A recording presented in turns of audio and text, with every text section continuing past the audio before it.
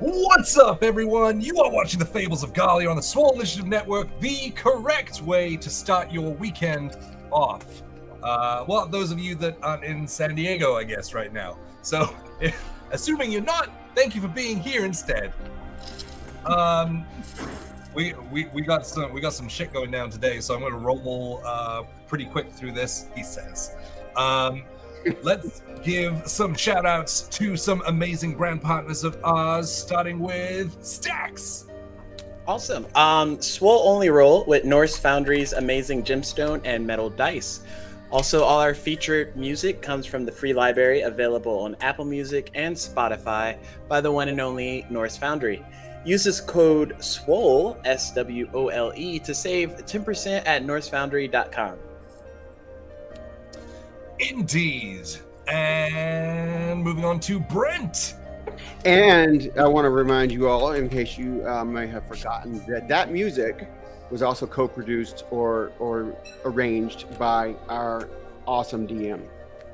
Hadn't been said in a long time, and I want to make sure everybody remembers that. But as you know, it is time once again to give a special thank you and shout out to our next sponsor of the evening. Say it with me, Griffin Co. All of our 3D printed and custom terrain stuff that you see on our shows is from Griffin Co. If you would like to get in on this awesome action, just go on over to griffinco.com and you too, and use the promo code SWOLE22 at checkout, and you too can receive 22% off of your entire order. Thank you. No cap. It gets me every time. It's kind of like, it's because it's like an afterthought. It's like, oh yeah, this is for real, yo. No cap. Because we are known for lying about discount codes. Yeah. You never can tell. Ashley. Hello, I'm going to tell you about Hero Forge. Our fully custom player minis come from the awesome Hero Forge. Design yours today at heroforge.com. Not to be confused with heroforge.com. Yes. Awesome. Okay, other things. All right. We're going to be at Gen Con in a couple of weeks. I'm running a couple of events. If you're going to be there, come and say hi to all of us. Everyone here except Brent. Sorry, buddy. Is going to be there at Gen Con, so come and say hi. I'm running 2 events there. I'm running the Oops All Himbos game on the main stage, and I'm running a panel on imposter syndrome. Yes. And how to deal with it. So, yes. Links are in the chat if you wanted to click on those and reserve your tickets for those events. Other things. We have a YouTube. We're trying to go for 1,000 subscribers because that's what you do on YouTube. So it would be super helpful if you guys are inclined to help us and go and subscribe over there. It's very, very free. Speaking of free things, following here, if you are new here, is also very free. In exchange, we roll a character for you on the screen as soon as you hit it. So click that follow button because it helps us out a lot, and it's very little energy, probably on your part. Other things, we have a sub goal. It is 35. Once we hit 35 subscriptions by Prime subs that you have to re-up every month, regular subs or gifted subs, if you feel so inclined, they all go towards the goal, which helps keep the lights on here at the network. So it's super appreciated. And there you go, Tailweaver. Dragonborn Path of the Storm Herald Barbarian. That's pretty dope. It is. Hope it's a blue dragon. Green's the best. I'm not sure even good enough to Well, have it. gemstone, emerald gemstones are the best. Okay. I mean, Okay. You're still Brent right now. Yes. So, can't tell when one ends and the other begins. Once we hit 35 subscriptions on no matter what stream we are on, we will unleash a giveaway. You do have to be in the US, and you do have to be in the stream to claim it when we call it. This time, we are giving away a set of Dungeon Delve dice from Norse Foundry.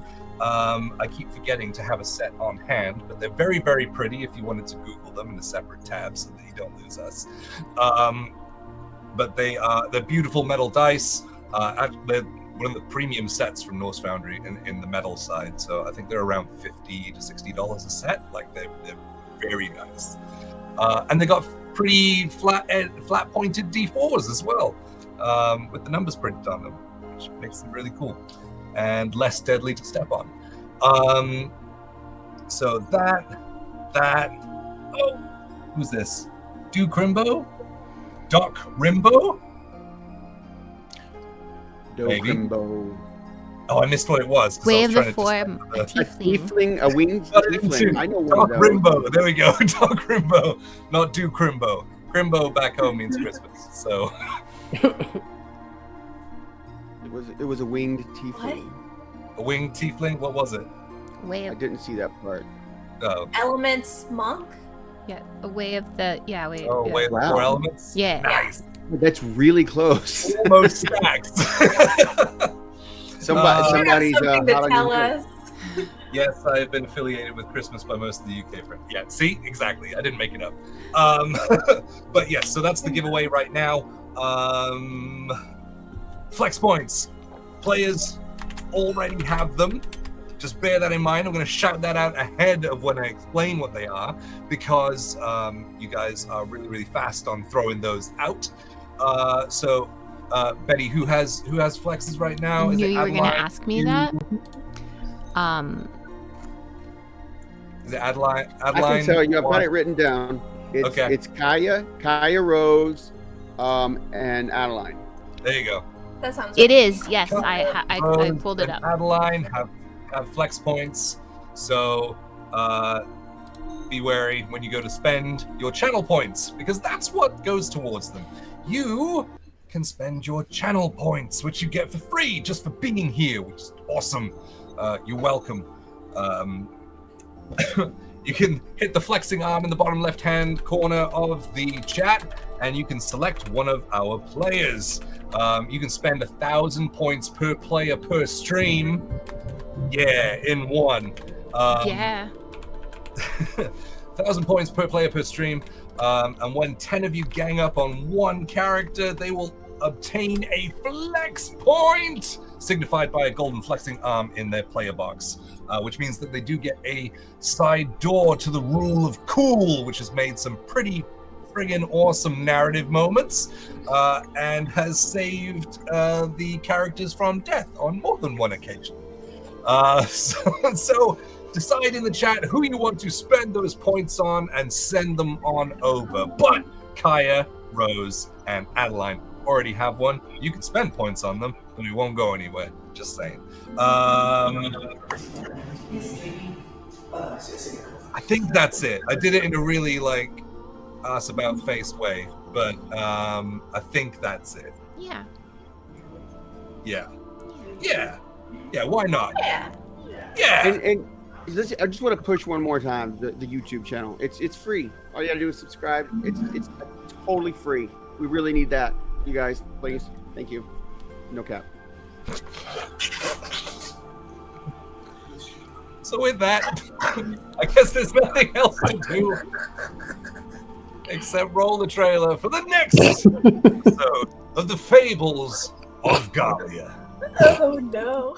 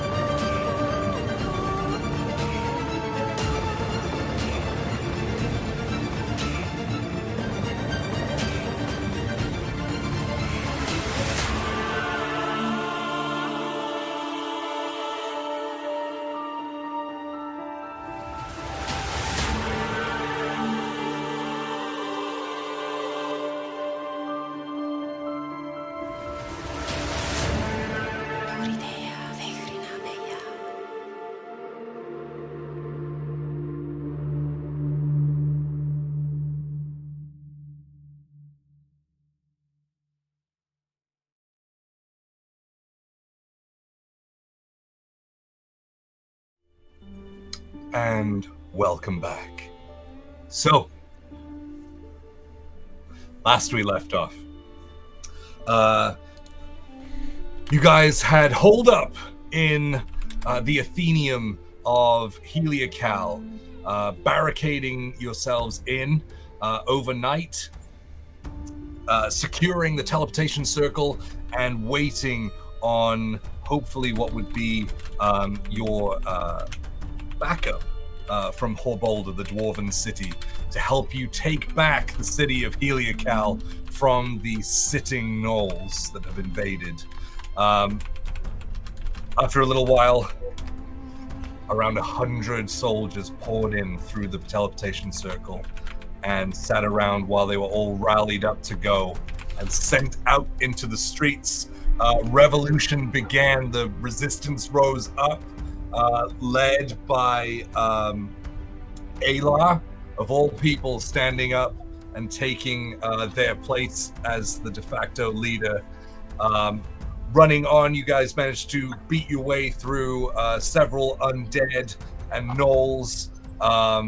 Upon reaching the cathedral where the Flind was holed up,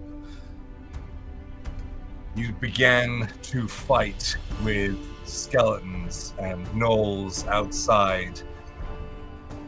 And then, catching the attention of Irguz, the Pestilent, the mage, necromantic gnoll who came out and cast black tentacles on the area, crushing most of his own team, but also several of you, as we kind of closed in on the now open open way of the cathedral. That is where we are picking up. So, if we can switch to the battle cam.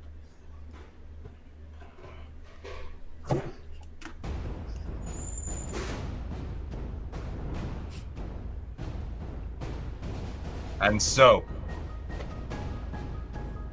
we begin the round with Kaya. It is your turn. What are you doing? Where are the enemies? I can't tell. They are not outside. Oh, that's right. Okay. I'm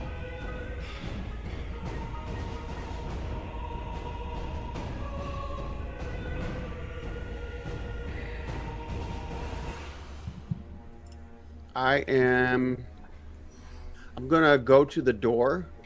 I'm gonna open it and look in. The door is open. Okay, I'm gonna go and I'm not gonna go bodily all the way in there, but I am going to get to the point where I can see in. So where do you want to be?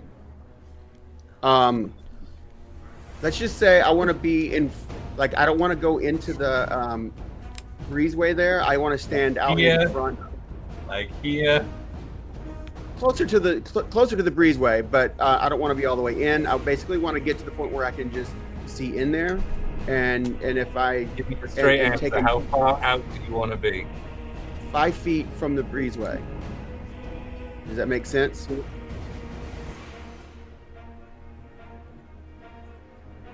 There? Yeah, that works. Can I see in? You can. What do I see? What you see is a mostly dark opening to the cathedral. You see the beginnings of some ornate tile along the floor, red in the center leading straight along the middle, lined with gold. On either side there are gray stone tiles. That's all you see right now. In fact, no, give me a perception check. Oh my gosh, you were right. That will be 26. 26. Roll the 19. You also catch in the back of the cathedral, the low thrumming and gentle glow building of two large teal crystals.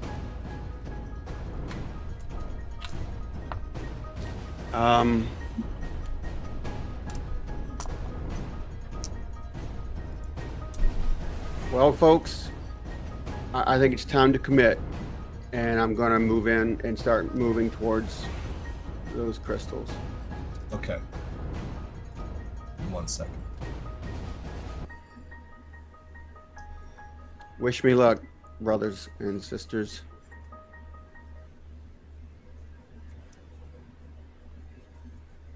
Where's my...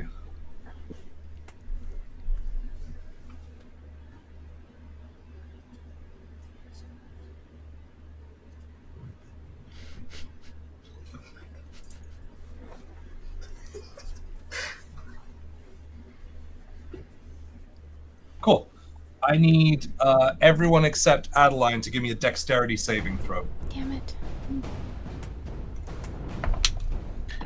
Oh. Okay. 21. Save. 19. Save. 10. Fail. Everybody, even us on top? Yep. Okay. Is Phoenix having Ooh, a good 21. Save. I think I tripped something, guys. I'm sorry.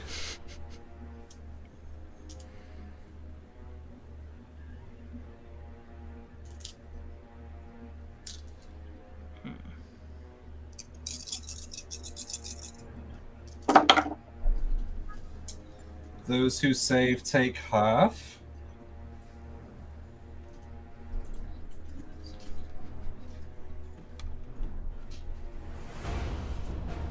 $30 points of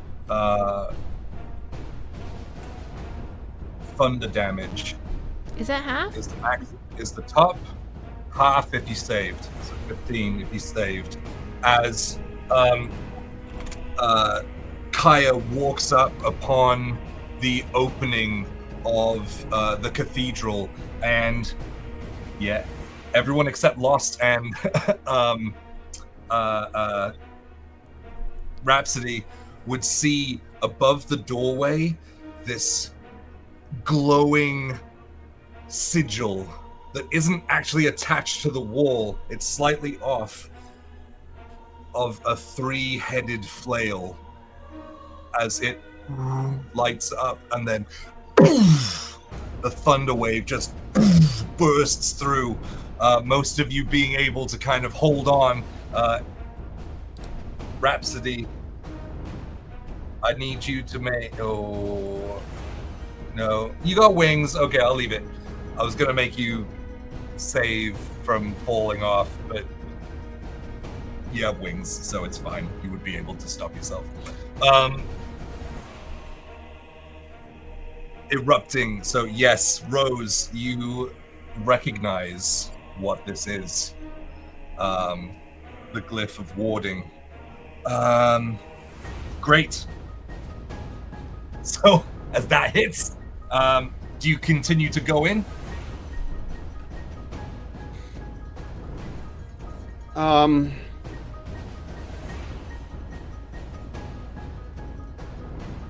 going to pause, and I'm going to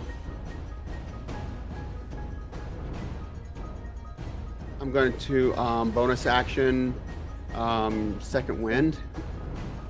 Okay.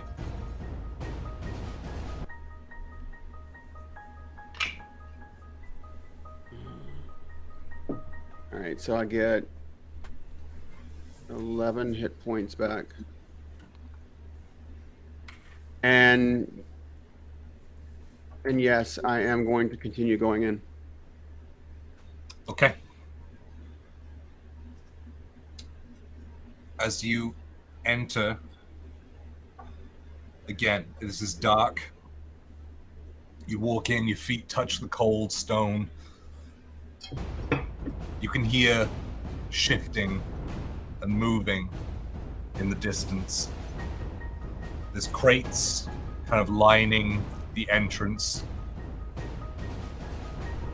It's gonna take more than that to stop me, you sons of bitches. Why don't you come out here and fight me like you're not a stupid, cowardly no.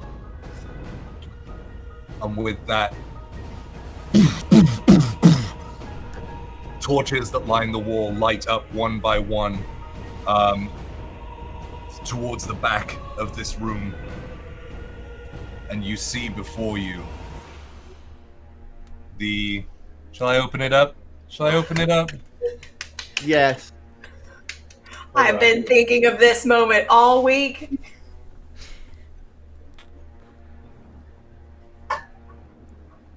Ooh.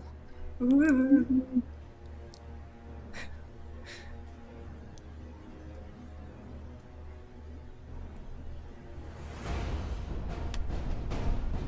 Oh, that's so cool. Yeah.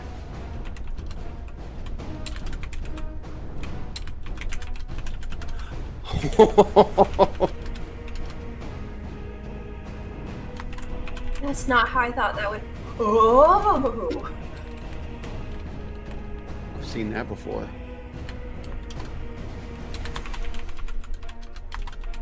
Center this. There we go.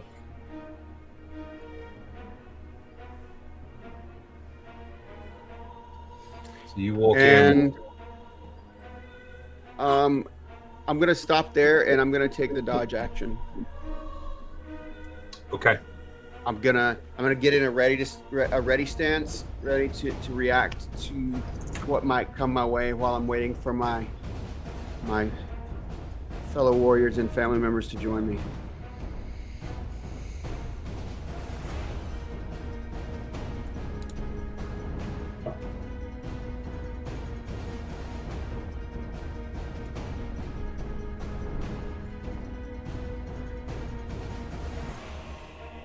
So as you walk in and the torches light up, you see before you the tall Druadite crystals at the back.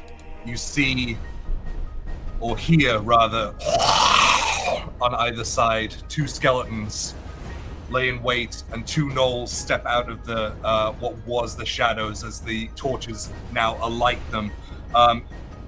Behind that, you see the figure that everyone else saw, but in plain light now, Irguz.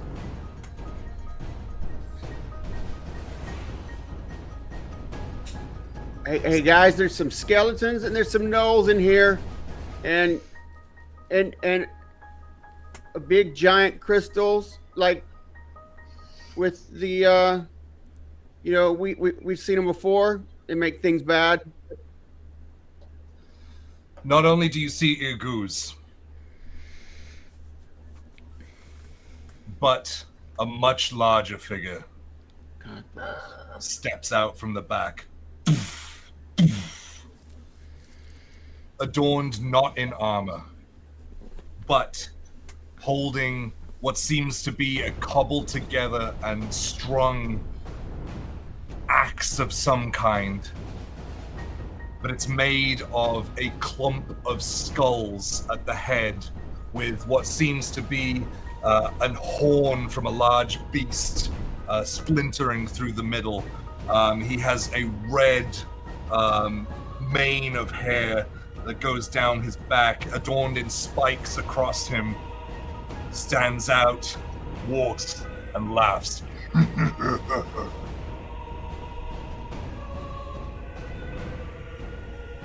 Oh.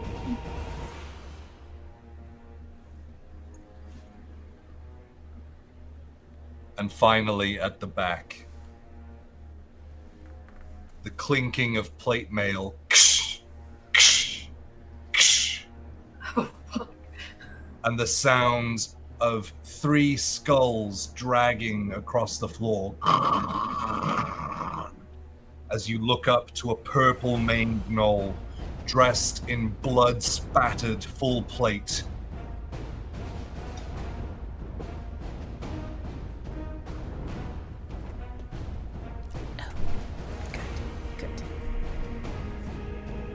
holding a flail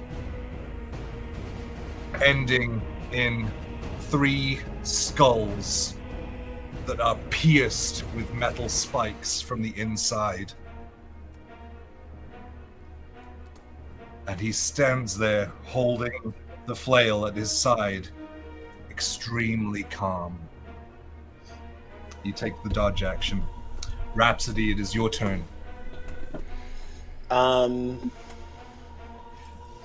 Taking the momentum of that thunder energy that erupted, I will push off the side of the cathedral and flap over towards Adeline, and using my dagger, I'll offer the help action to help her get out of the entangling crush.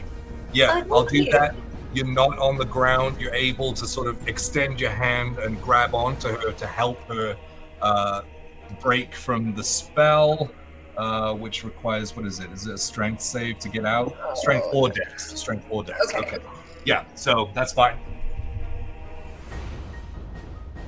Do I roll now or on my turn? On your turn. Okay, but I have advantage. This basically uses Rhapsody's turn, or uses its action. I see. Cool, thank you.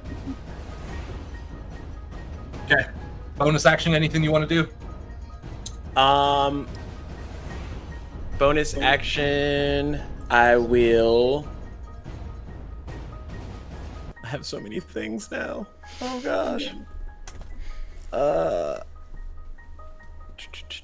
I will cunning action dodge, but mostly in the effect to just get us out of the range of those tentacles and get us to safety.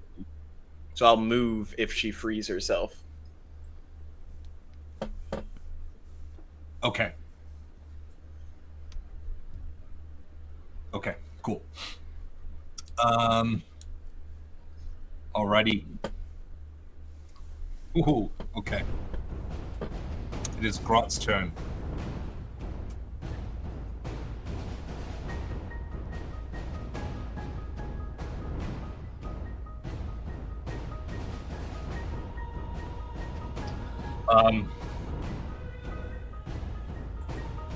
Picking up his axe, he begins to run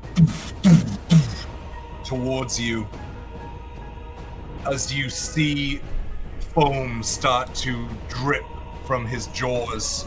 He seems to be in some kind of frenzy as he runs straight at you and wields his axe around and then comes across the center of you.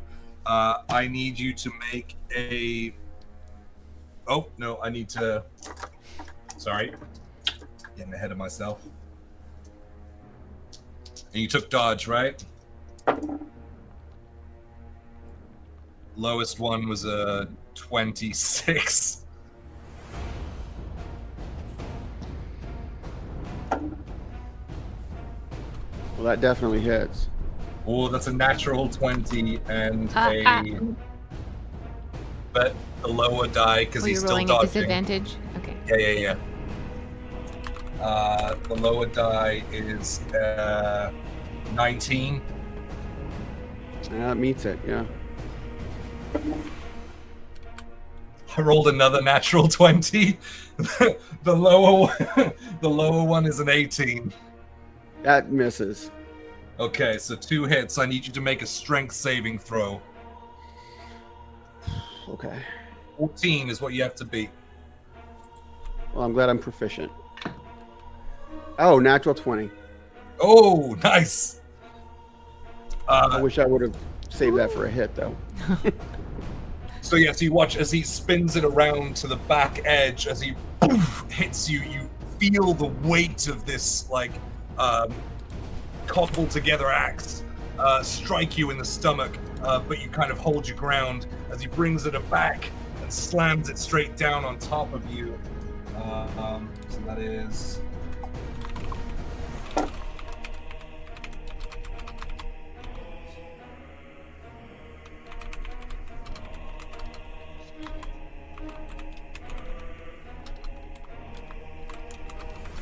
That's 23 points of slashing damage. Good thing I'm immune to slashing damage. Me too. But yes, only. that takes his turn. Adeline, you are up. Oh, you need to take 3d6. What kind of damage is this? Bludgeoning. Okay, great. I am resistant to it because I'm sparkling. What? I cast stone. Yes.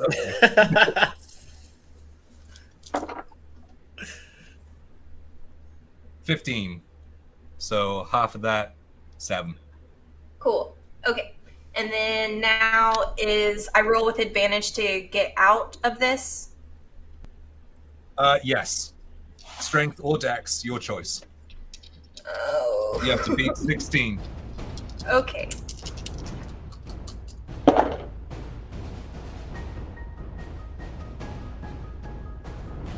It's not happening. I rolled a 2 and an 8, and with a +2 to my dexterity, that's not gonna happen. So, boo. I'm still here. Can I cast from here? I think that's the end of your turn. Okay. Cool. You can use it on a creature restrained by the tentacles can use its action, so you have a bonus action. Okay. Beans. Yeah, there's nothing I can really take advantage of. All right. I'll be here. Unless you wanted to use sorcery points. Can I?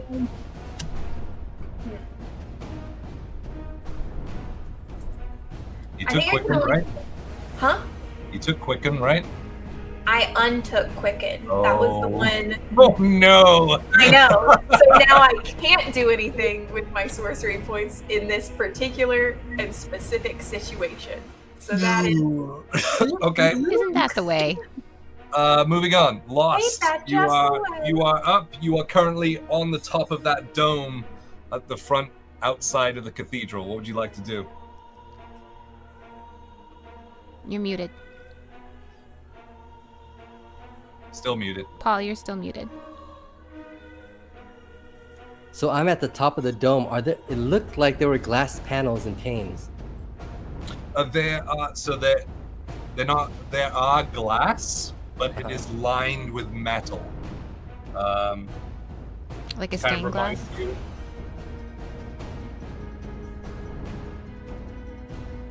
Okay. You are here.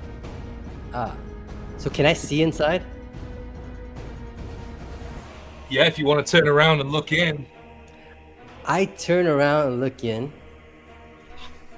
I wave, See that? and the shadow kind of descends from my body and appears right next to Kaya, right in front of our axe boy there. Right in front of him? There it is. Okay. In front of him or like behind him? Next to Kaya. There you go. Or actually, no, I want him to survive a little bit. Maybe behind Kaya. Because I have reach. There you go. Cool. Yeah, okay. This- No, that's fine. This guy looks like a really heavily armored big gnoll. The big one in front? Yep. No, he is not heavily armored. He is barely armored. Oh, he's barely armored. All Yes. right. Well, The then Flind is the one that's in full plate. That makes sense. Lost is the gambling man, so I'm gonna take my 2 attacks, and these are like calculated attacks that just the attacks just barely miss Kaya, It's like the glaive is like whizzing past his ears. Like dragons have ears, right? Okay, I'll allow it. Yeah, I'm swinging over his shoulder, basically, with reach. Sure. Great weapon master. Great Okay. weapon. All right. Aha, that's a 24 to hit. That hits him. Yes. Natural 19. Yes. Okay. Damn, that's enough. That's second roll. 17 damage. 17. Nice. Where's my pencil? There it is. Second attack. 12 to hit. 12 does not hit. Okay. And does Kaya look pretty roughed up from where I'm at? I don't know. I don't look at you guys' hit points. Kaya, you look really pretty roughed up. I'm like, if you looked at me, like half of my body is covered in blood. Okay. Yeah, very in-game. It's I half. action surge. The top half. Just left. Yeah, or the left half. I'll take 2 more attacks. Action all surge, great- you got it. Yep, all great weapons. Yeah. All right. That's a 9 to hit. 9 does not hit. No. I No, don't know why I took a minute. Okay. 17 to hit. Like a commoner is 10, so. What was the second one? Sorry. 17 17. 17 does hit. does hit. Yes. Okay. 19 damage. 19. And since that's a shadow, if my echo is in front of him, I'm going to burn Unleashed Incarnation. One of my Unleashed Incarnations. For one more attack. Is that it's just an ability, right? It's just an ability, yeah. Yeah, okay. Just making sure. Ooh, 20 dirty. 20 hits. Ooh, 23 damage. 23 damage. Damn. Okay. All the unarmored people, beware. Yeah, so using the shadow glaive, basically, to carve over your friend, you watch as the blade starts to cut into like the top of his delts, like trying to aim around and over, almost using it like a lance, kind of stabbing over the top. You figure would be the safest way to do this. As he's concentrating on beating the crap out of Kaya, you manage to land a couple of blows over the top. Great. That's everything you can do, right? Yes, that's everything I can do. This time. Yeah, cool. All right. It is the pack's turn. So, skeletons first.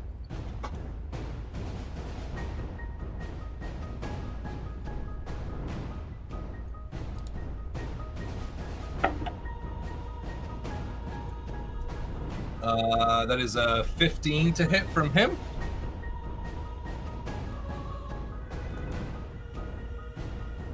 Who are you hitting? Kaya, Oh, okay. the only one that's in there. Oh, sorry. What was the Oh, technically that was advantage, so I'll roll one more time. Oh, that is a 21 to hit.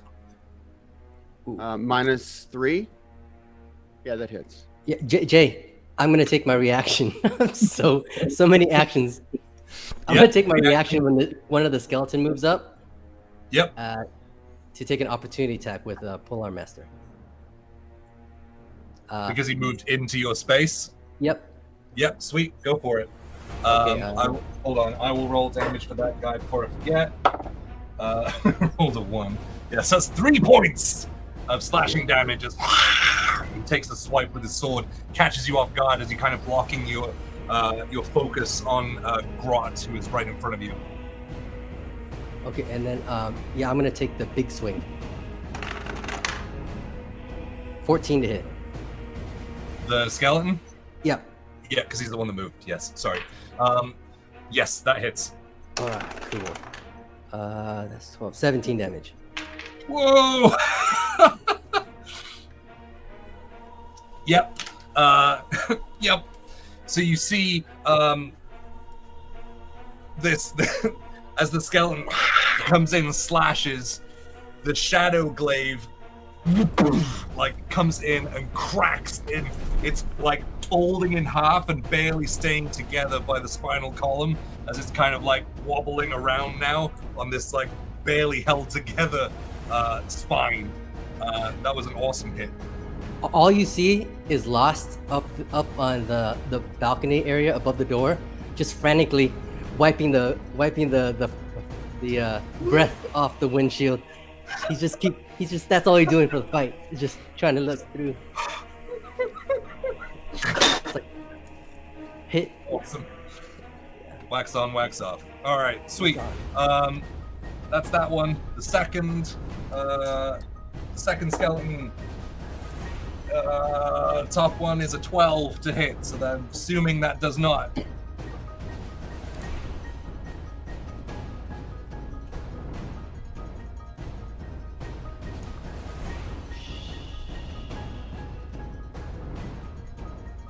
Those gnolls will move into... No, they won't, actually.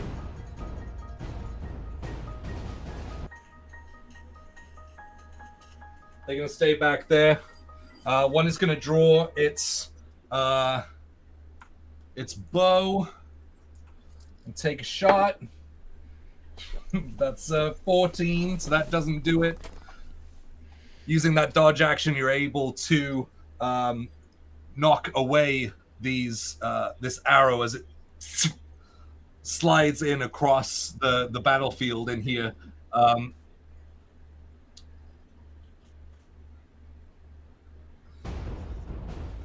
The other looks towards the Flind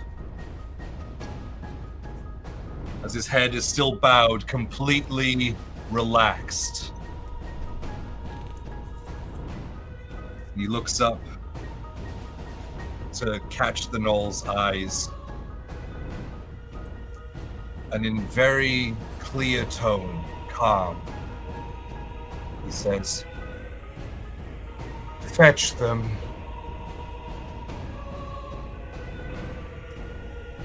Gnoll disappears back and comes out with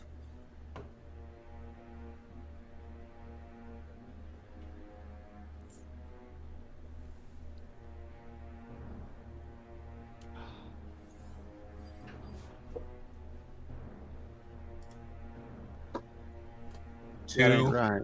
common folk,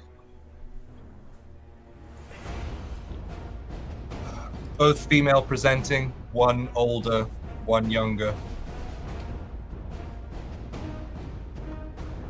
They are in shackles together. They look panicked. That's what he does with his turn. Rose, you are up. I don't know where I am. Can I see in where I'm at? No, but if you travel, let's see, 5, 10, 15, 20, 25, 30, you can get right behind the shadow. The shadow. Yes, Lost Shadow. Oh. Okay. And then I'll be able to see what you just described.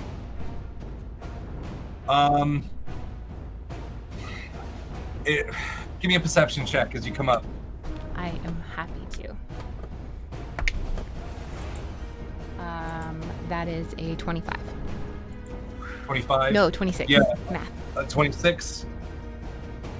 Yeah, so I would say that you catch both skeletons on the sides, both gnolls in the back, Grot, obviously, as he's kind of towering over Kaya, getting ready to swing again. You probably don't see the Flind because he's directly behind Grot. And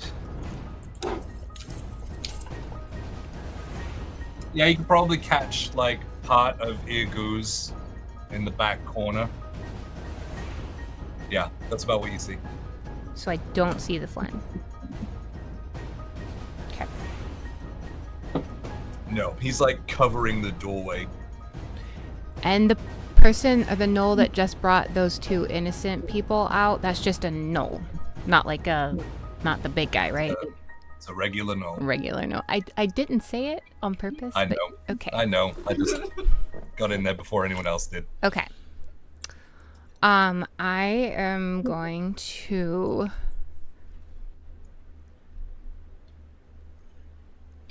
I'm going to cast Guiding Bolt on the gnoll that's holding the two people in the back.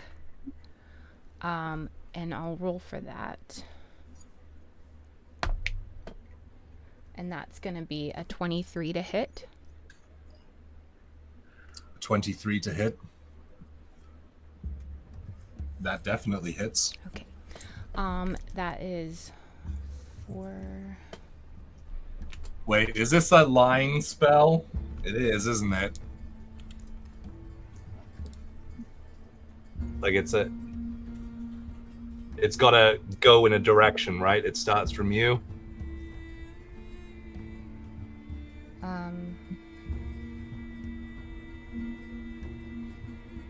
Now you know what? Where I positioned it says you. a flash of light streaks toward a creature, but it doesn't say where from... where I positioned you, it's fine. So, okay. I always thought guiding bolt came from the sky, like a lightning bolt, but that might just be the way my ADHD brain saw it. Anyway, I'm gonna do that, and then that's.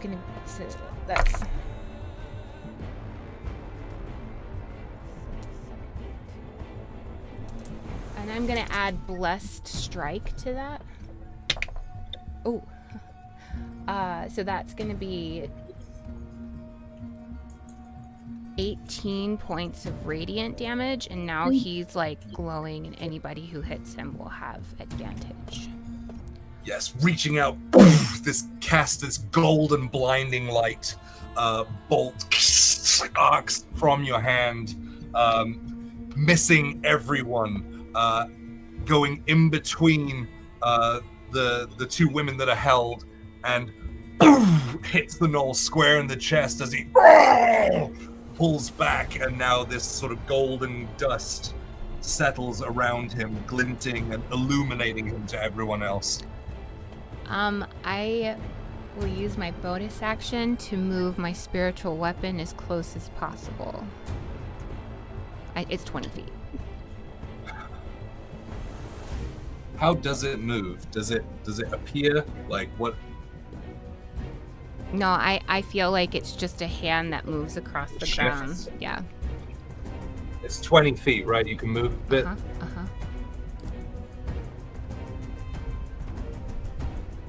You can move it there, but you're covering up the doorway. Is that what you want to do?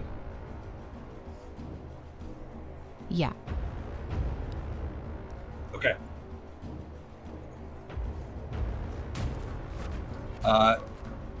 What if no, because I have to be where I am. Never mind.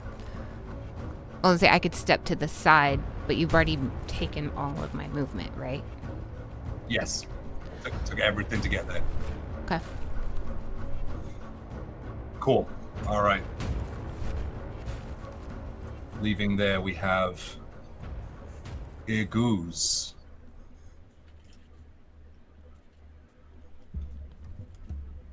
Who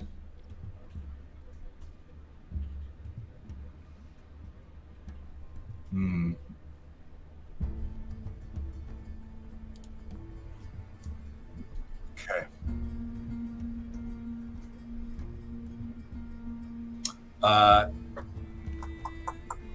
Yeah. See.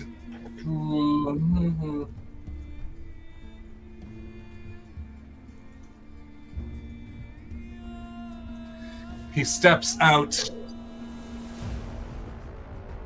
to see the caster at the door.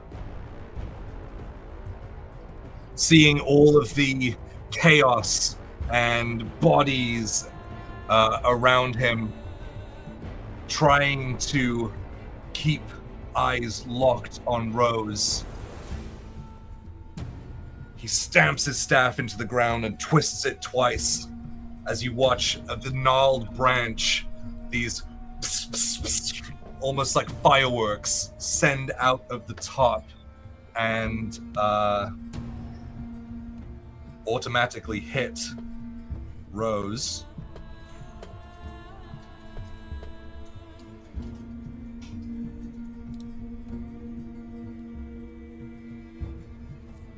Sorry, just making sure I cast this right. Yep.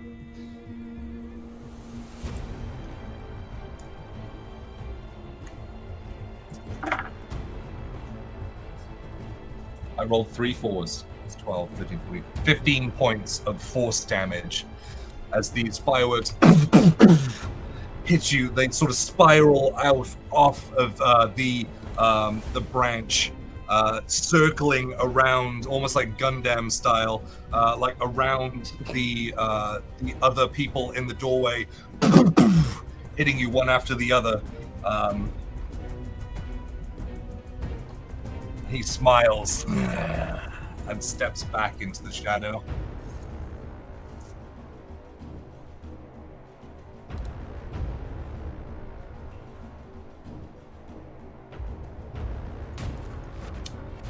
It is the Flind's turn.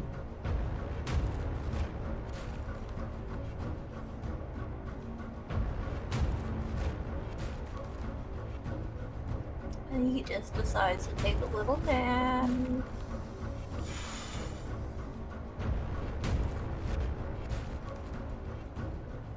Man. I don't like when he thinks for this long.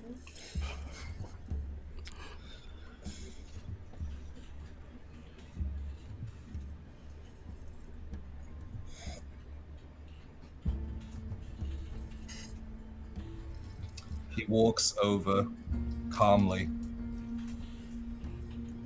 to the 2 prisoners. Oh.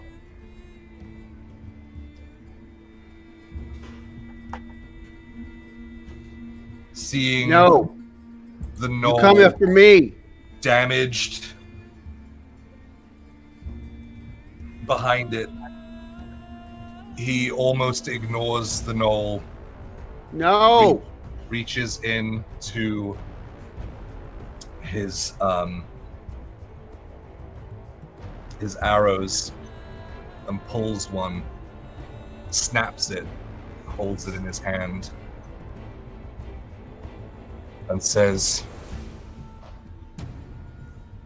"Blood for the ruler of ruin." Takes the older woman's arm, sticks the arrowhead into it, and drags it down to the wrist. As it Fucking starts coward.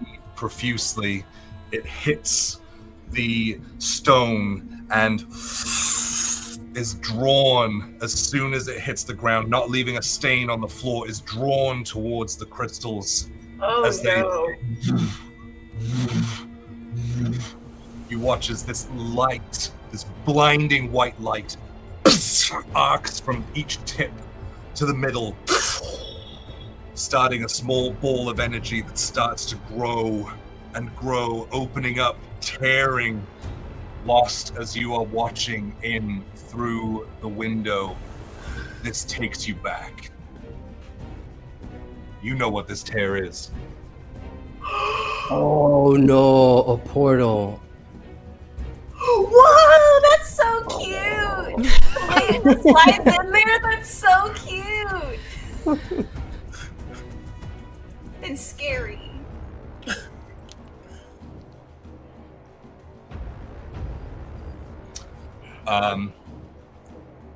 That is his turn. Kaya, you are up.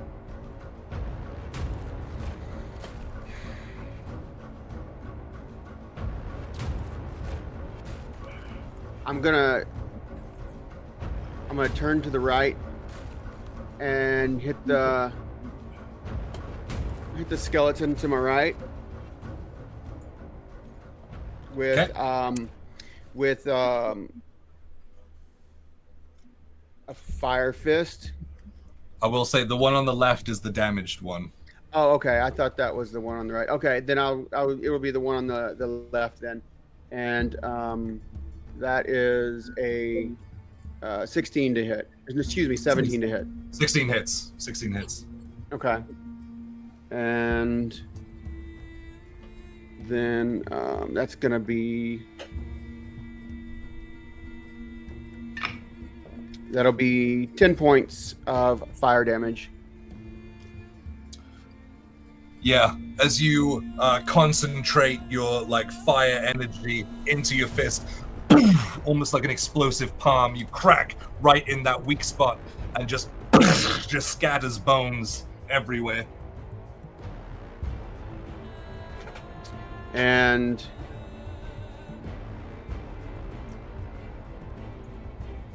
I am going to spin and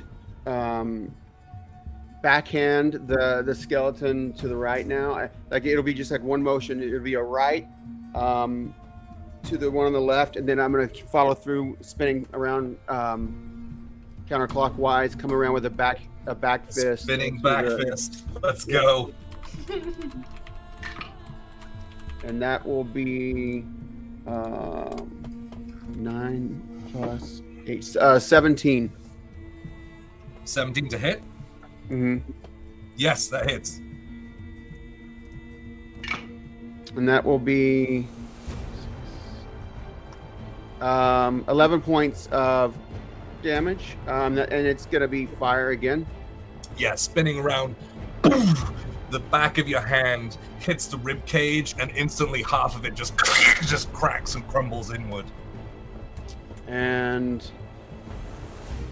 I guess it's still up, right? It is. Yep. And let's see. I'm going to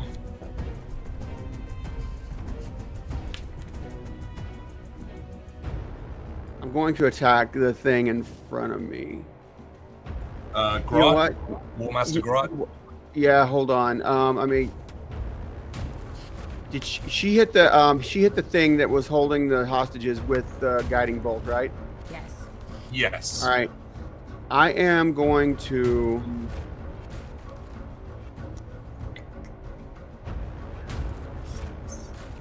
bonus action Step of the Wind. Okay. And I'm going to, so that'll allow me to disengage from these two. Mm-hmm. And I'm going, and so I can, yeah, and what you see, and this is not like a normal wings thing, but what you see with my Step of the Wind is all of a sudden my wings pop out, and I have a flying speed equal to my walking speed on this turn now, and it allows me to disengage. And so I'm going to take a step up on that crate, fly over to those two hostages, and I'm going to grab them and try to get back out with both of them. Okay. And I'm going to use my flex points to try to do that. Okay. Describe to me narratively how you are attempting to get both of them. One is in the Flind's hand. So when you see me, it's like when I take that step up on that crate, it launches me, and you see some sort of, I won't say like I don't move any faster, but it's almost like the way the wings are spectral. It almost is. It makes me look spectral, trying to like looking through like water, like a prism almost. And when I fly over with almost like a distracting wing in the Flint's face, I try to reach and grab the one that he's holding with my feet claws, like just sort of around the waist, and then grab the other one with my arms, and then spin back and try to fly back over the head of the skeleton and out the front door. And I have 80 feet of movement.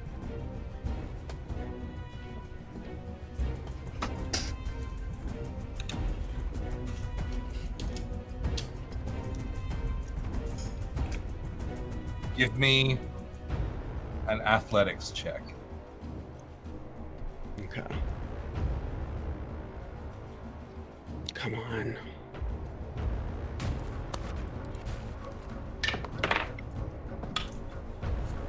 $18 plus 1, 19.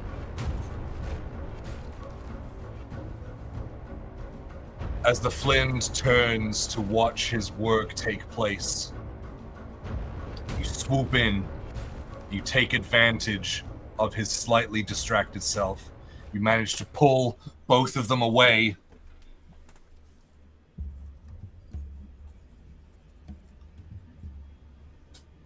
As you come back the other direction, Grot is going to take a swing at you.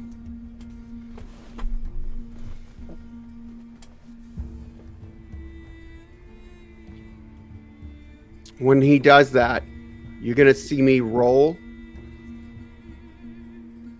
like so that my back is to him in order to protect the hostages and to get at least them past me.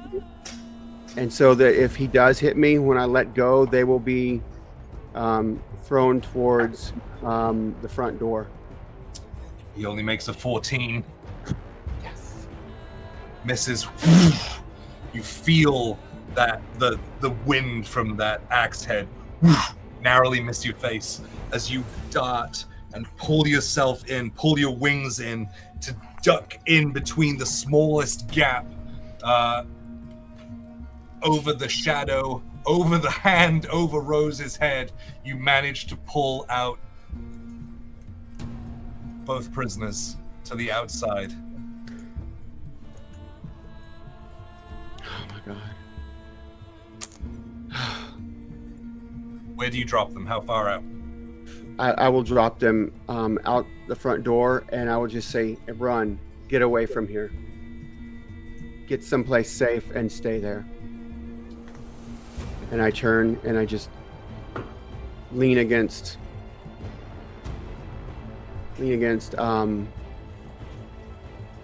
somebody and try to catch my breath and just think everything. I will say the one that is cut is bleeding profusely. Okay. Like color is draining from her face. And everyone else who can see in would notice as the blood fell as he flew her out, it hit the stone and was pulled towards the crystals. Then I will so I've actioned and bonus actioned.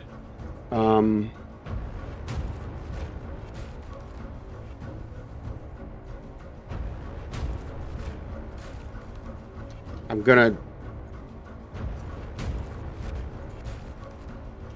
gonna call. I'm gonna say to Rose, hey, Rose, she needs help. I don't think she's gonna make it. And that's my turn. Okay. Using everything you had, you managed to pull these prisoners out, place them outside. As you look on, emotion starts to hit you, Kaya. As you realize that you just rescued a mother and her daughter.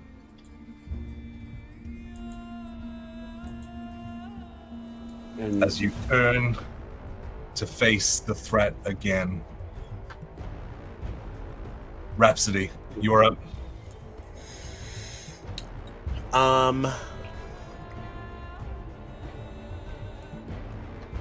I am going to look at Adeline.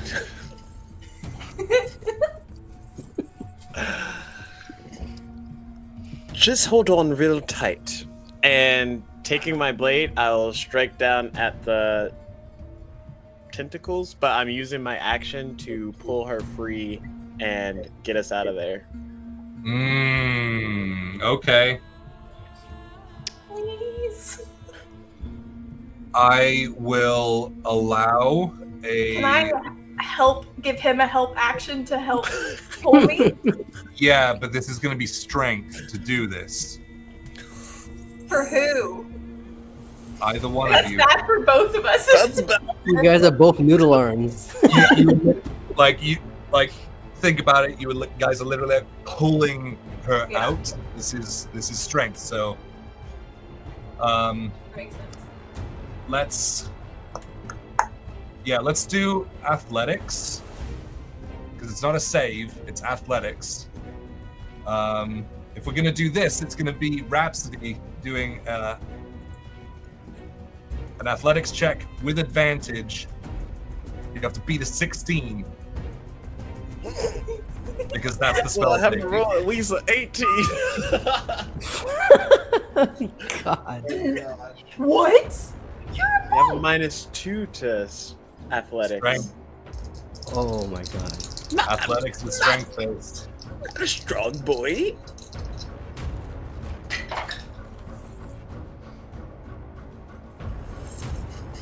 One moment.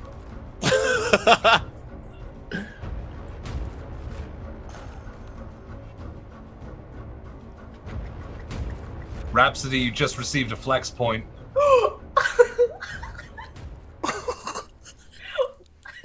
So, okay.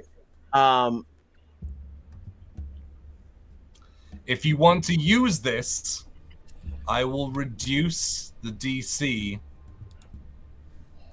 by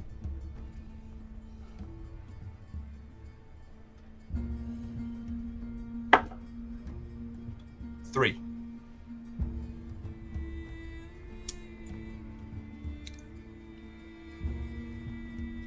Okay, so I rolled with advantage a 4 and a 15, which minus 2. 13. 16 minus 3 is 13. You beat the DC. This is not. Oh! I don't think this is the first time you've had to flex to get me out of a very like we've done this before. Thank you. Yeah. Yeah. Straining, you feel the tendons in your arms, your biceps, your shoulders being stretched as you pull and pull on Adeline's arm as she's reaching for you. You manage to break the grip of the tentacle as it reaches back and misses. You pull her into the air with you. What would you like to do? Fly as far away as possible. I will. Fly as way as well. Fly. Words are hard. I did a lot of strength things today. So that was my action. I will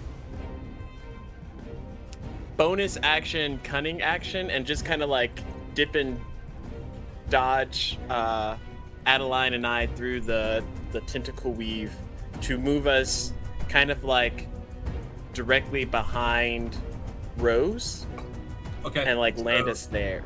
So you're gonna use your cunning action for the dash action. Is that right?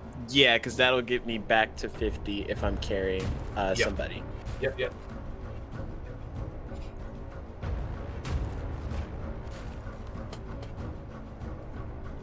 Carrying in every sense of the word. There you go. You guys are all crowding the doorway. Is there anything else? The movement, action, bonus action. That's it, right? I think that's it. Okay. It is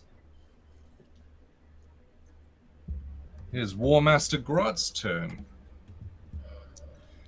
who, furious that Kaya was able to pull off what he did, he smashes the back of his axe into the ground and then rushes for the doorway, bringing it down and swinging for the shadow. That's a 24 to hit. Yep.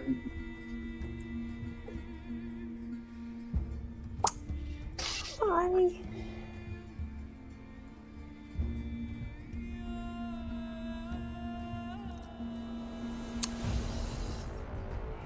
He makes it to the doorway. Hold on, let me pull this back a little bit.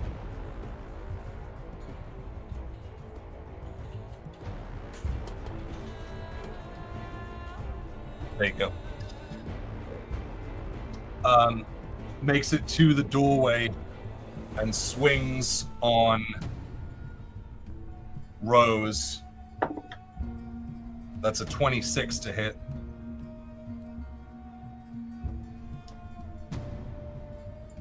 And I need you to make a strength saving throw.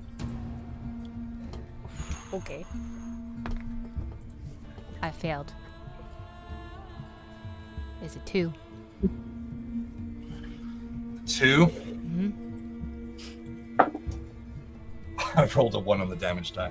So you take 6 points of slashing damage as he swings up like a almost like a golf swing. You feel it hits your shield, which knocks that into your chest, and you are knocked 10 feet back. Oh.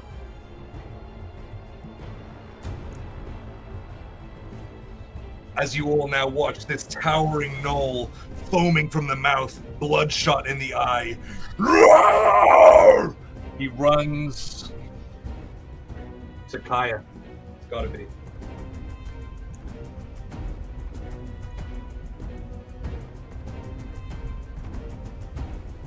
And takes... That's a 29 to hit. Just barely. Just At least we laugh while we die. And I rolled a 2 on the D12, so that is 7 points of slashing damage.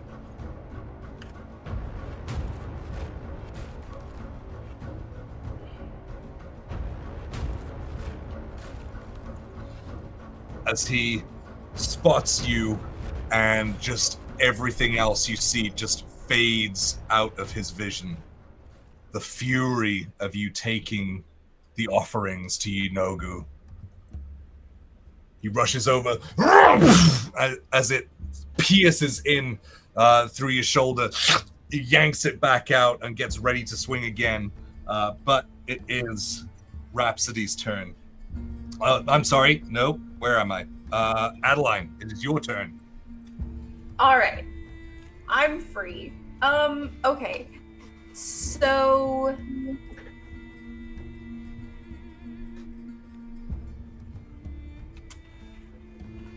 well, there's a nice open space right there. Oh, but there's a baddie like right there. Am I in enough range of them where they're gonna get an attack of opportunity if I move? They're not engaged with me, right? This dude is. Well, he's not is. like engaged with you, but he's within melee. Okay. All right.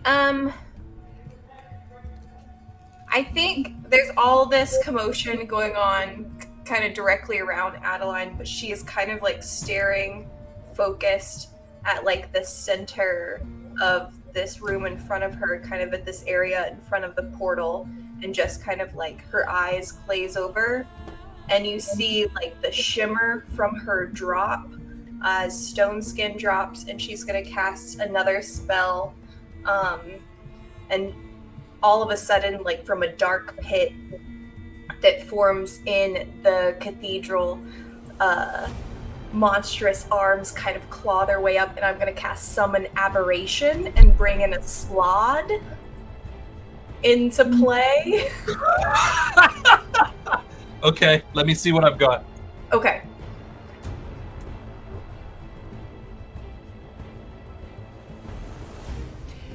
I don't think any of us have anything that we can actually verbalize right now. This pause is brought to you by our lovely sponsors at Norse Foundry and Griffin Co. and Hero Forge. Everybody show your pretty Norse Foundry dice. Ooh, yeah! I've got these pretty rainbow glass. I got the frosted with the rainbow foil. Yeah.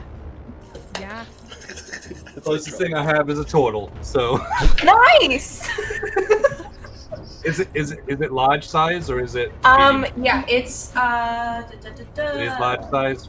It's a medium aberration. There you go. Okay. Yeah. Good. Yep. Okay, where are you summoning this? Right in front of that portal, kind of like right in the middle of the mix. I want them to bring as much attention as possible. And keep notes for. There he is. Nice. I think on casting, and it goes on right after my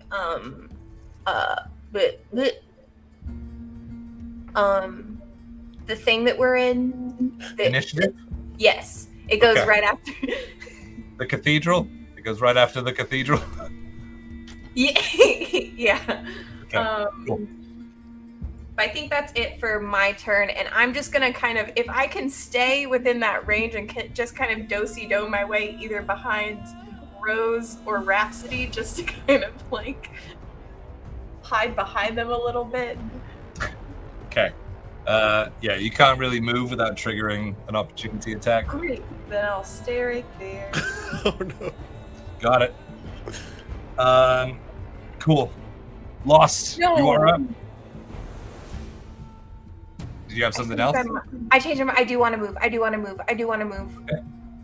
Can I just move back? Okay, the side that Rhapsody's on, over and hug behind that little bush, and be able to like look in a window. There is no window on that side. Okay. You would have to come like here. I would do that. Yeah, because that's where the windows are. Yep. Okay. You'd have to go right here. Yep. I'll do that. So you're moving away. Yes. Out of melee. Yes. Yes.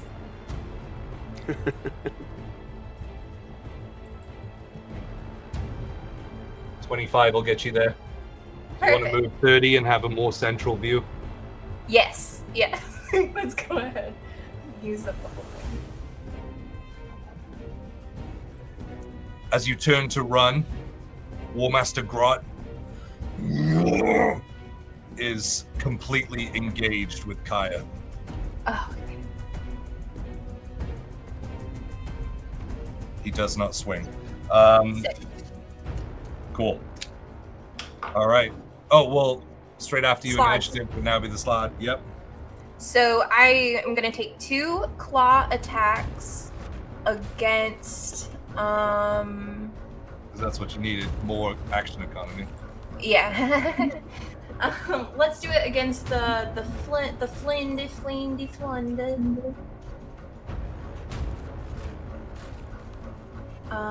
Claw attacks.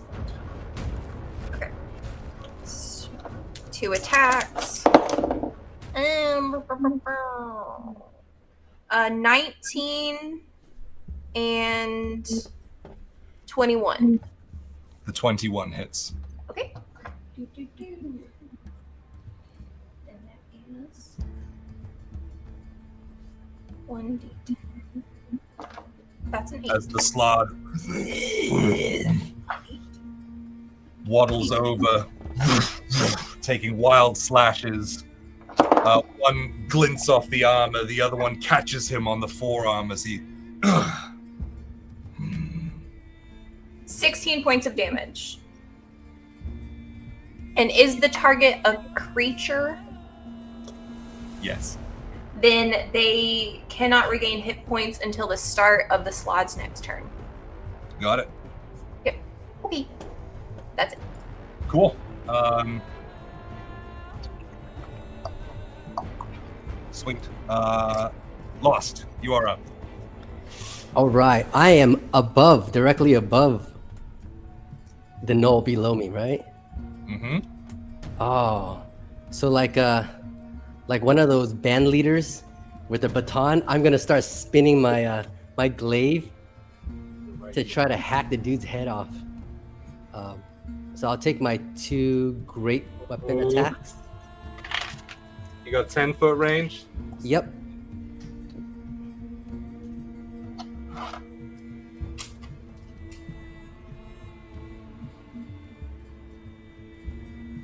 You're short 5 feet. I'm short 5 feet.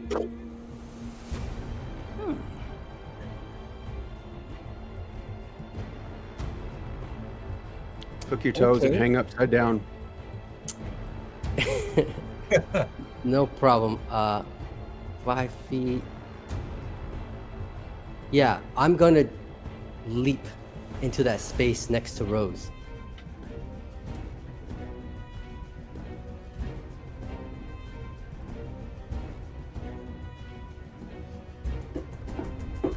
Right there. Yep. Yep, And then cool. attack. Oof, All right. landing. Cool, and I'll take my 2 great weapon attacks, my big attacks. 19 to hit. On Grot? Yep. Yes. 19 damage. Okay. He's still up. Oh man. Okay, I'll take another great weapon attack. 17 to hit. 17 does hit. 18 damage.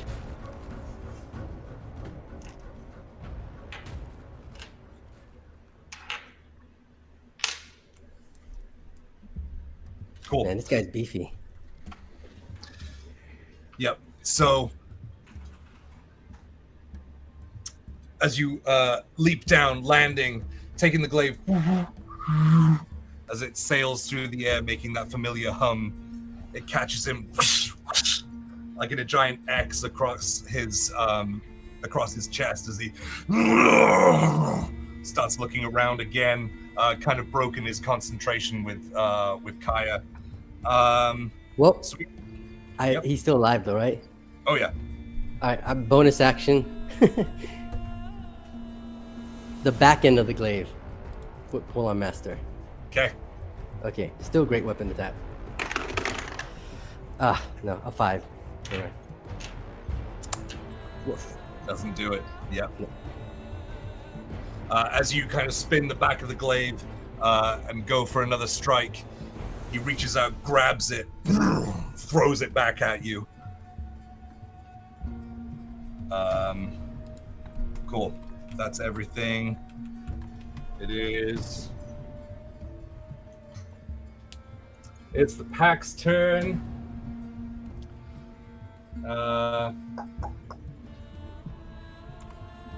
Skeleton's gonna come out.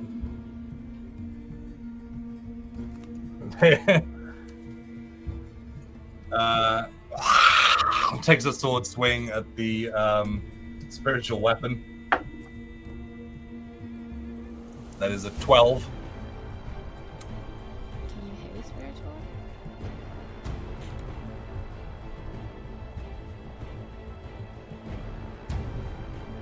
You have the spell.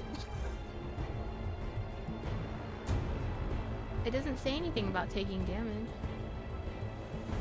It doesn't give an AC or anything? No. Oh. It's like a Okay. spectral. It's like a. Okay, yeah. So just whoosh. Yeah. Goes straight through. It's a skeleton. It's just gonna hit whatever's in front of it. Got it. So that's that. The knoll in the back is gonna take a swing with advantage on the slod. That is 19 to hit the slod.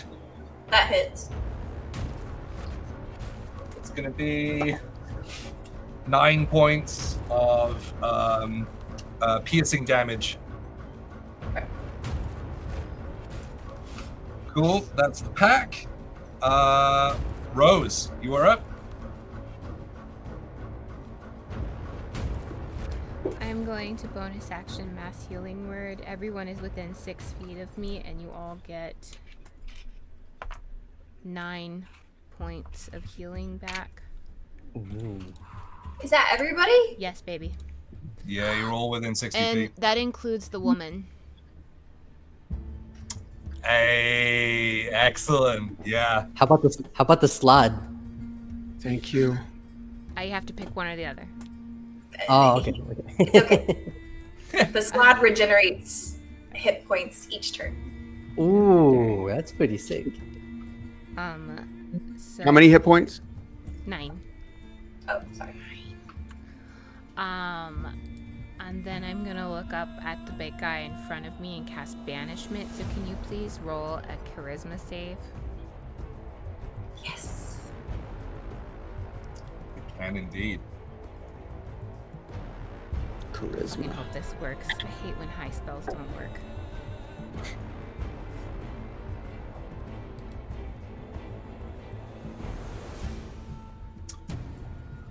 I rolled a 16. That is my spell save. Damn it! -2 for charisma. That's a 14. Bye, bitch! Oh!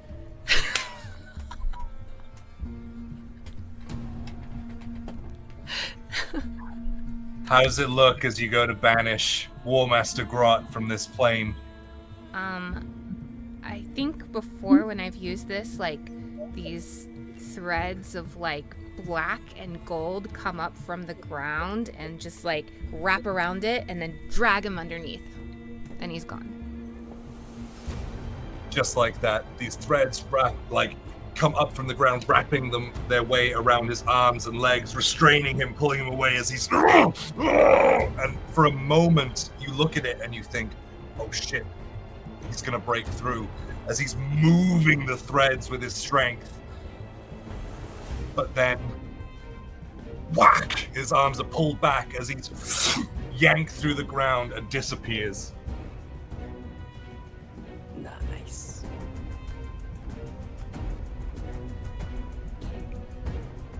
You feel the spell complete. Wow. Oh wait, or do you have to concentrate on it for a minute for it to I complete? have to concentrate for a minute. Yeah. Okay.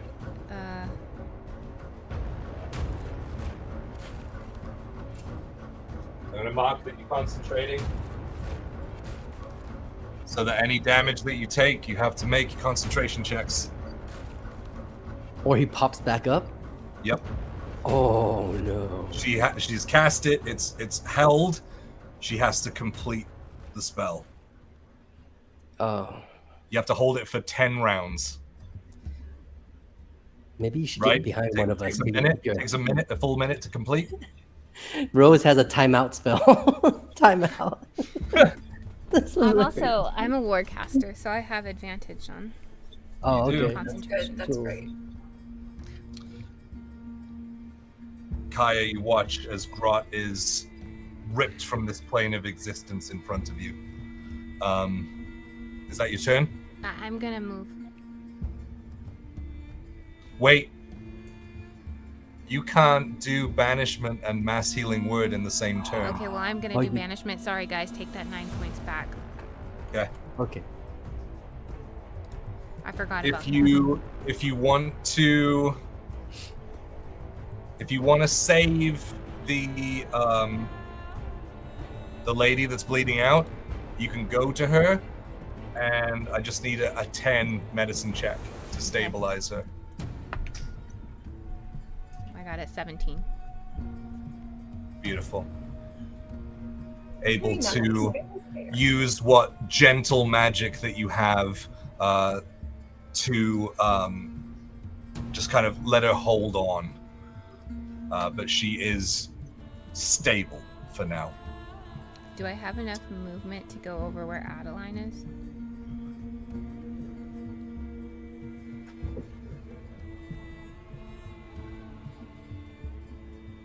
Five, 10, 15, 20, 25, 30. You can get here. It's 10 feet away from her. I'll stay where. I'll stay behind Lost. Technically, you can move through our squares because we're allies. You just can't end there. Yeah, okay. So you...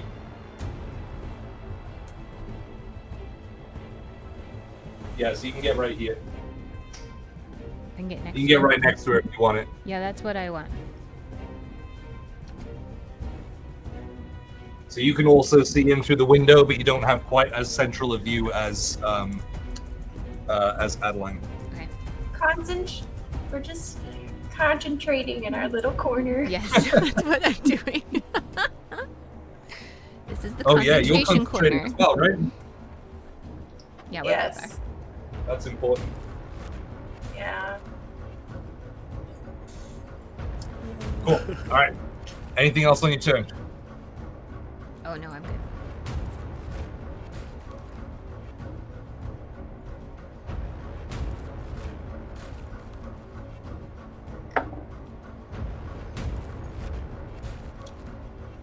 Yaguz does not seem to notice where the spell was cast from.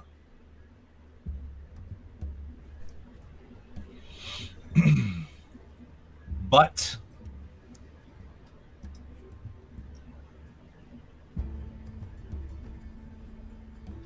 he is going to cast this black beam of energy out of his spare hand, which kind of like angles and breaks and crackles as he casts Ray of Enfeeblement on the Slod. So it's a spell attack against him.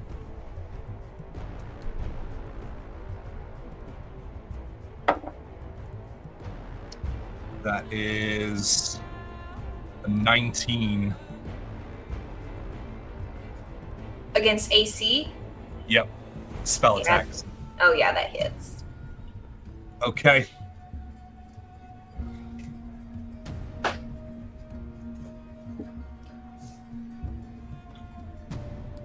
So he is now concentrating as well.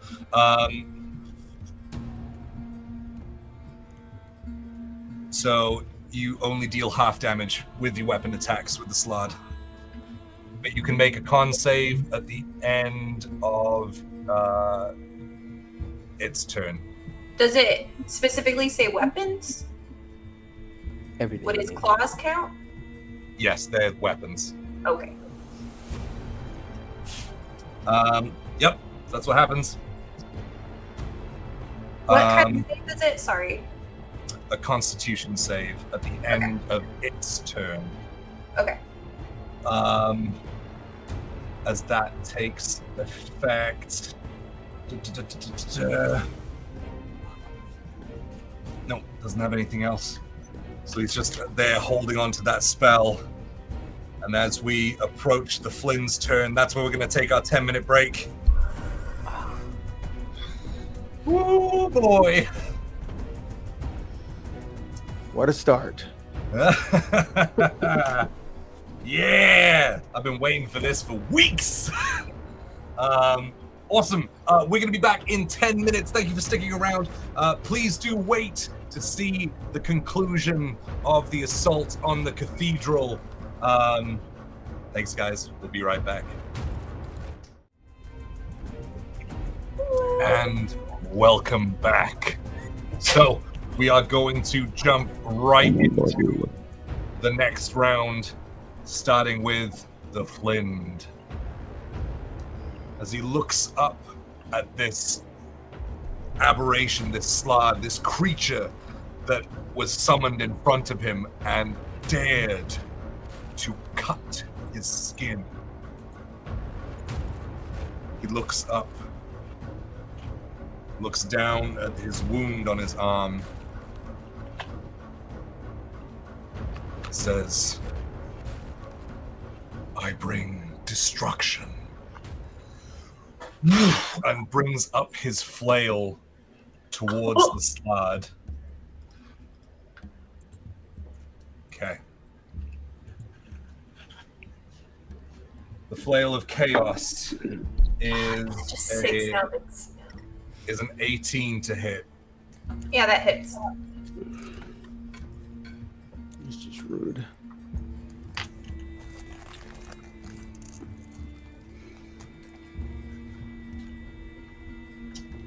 There it is. That is 6 points of bludgeoning damage. Okay. And you need to make a wisdom save for the slot. DC is 16. Okay. So I have to roll a 16 or above.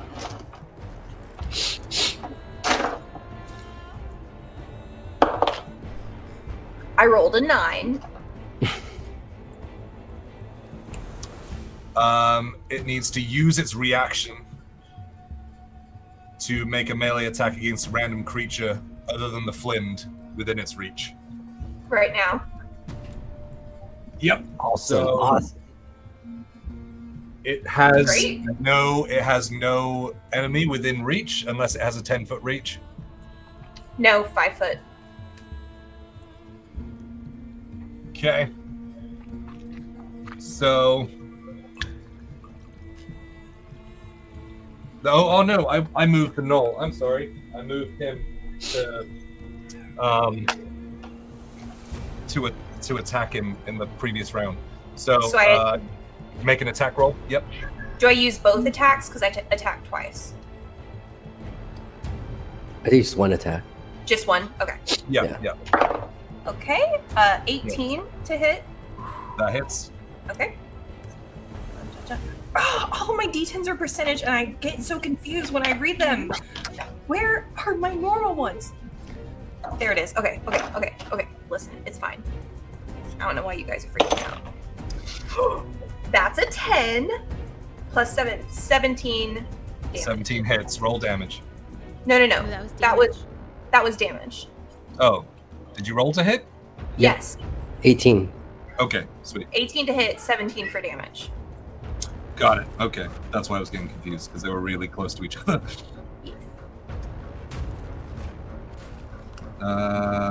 Math. Ugh. Yeah, so as it swipes out whoosh, with its claws, you roll with advantage because this is the first time he's been hit since Guiding Bolt. So you can roll to see if you get Okay. I'm gonna use my Norse Foundry die, and if I don't get a D20, then they're the worst company to ever. I'm just kidding. It's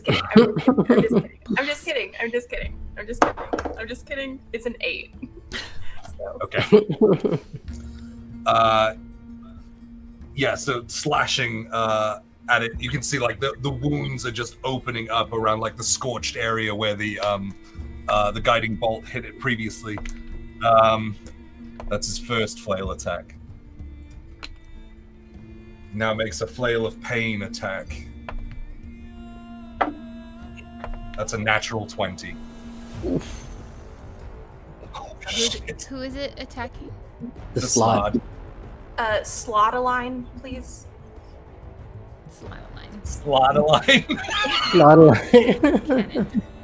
Please. Slotia. Okay. So that would be...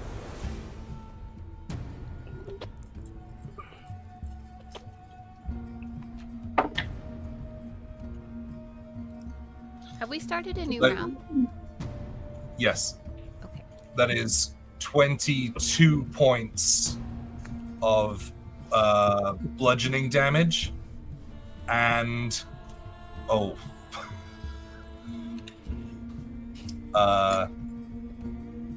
Holy crap.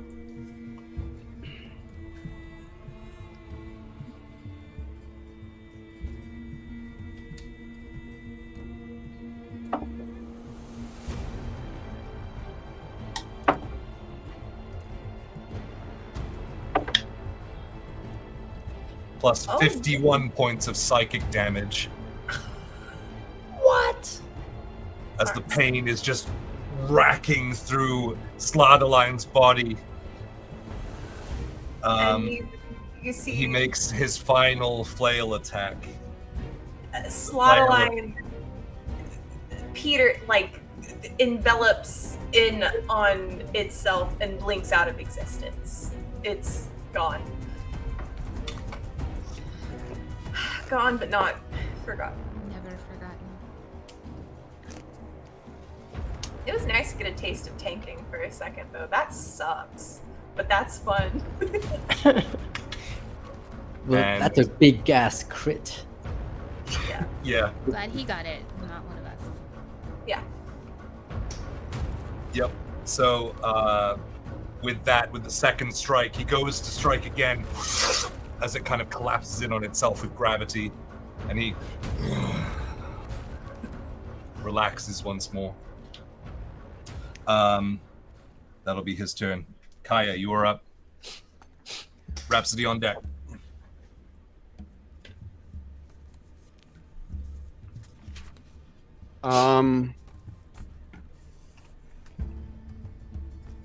Let's see. All right. I'm going to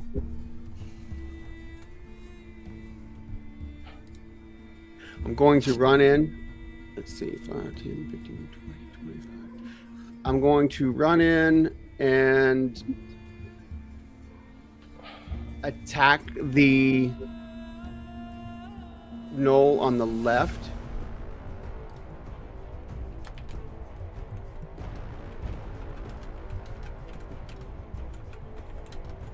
Okay.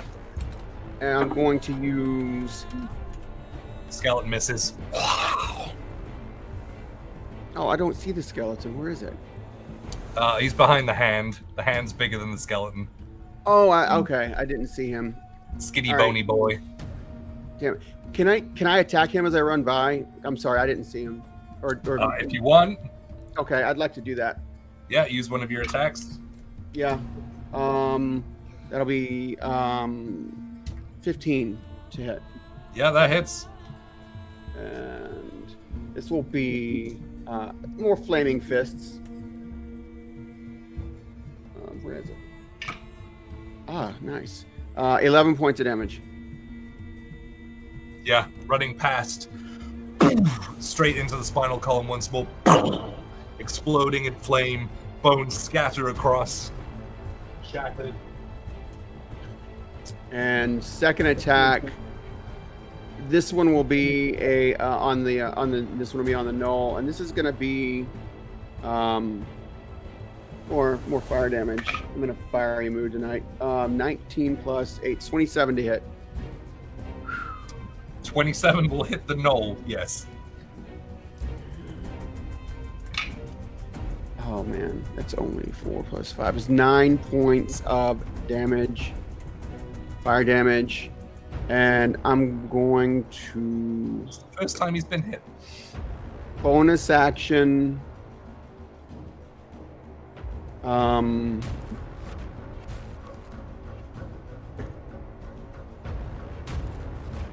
Bonus action, stunning strike.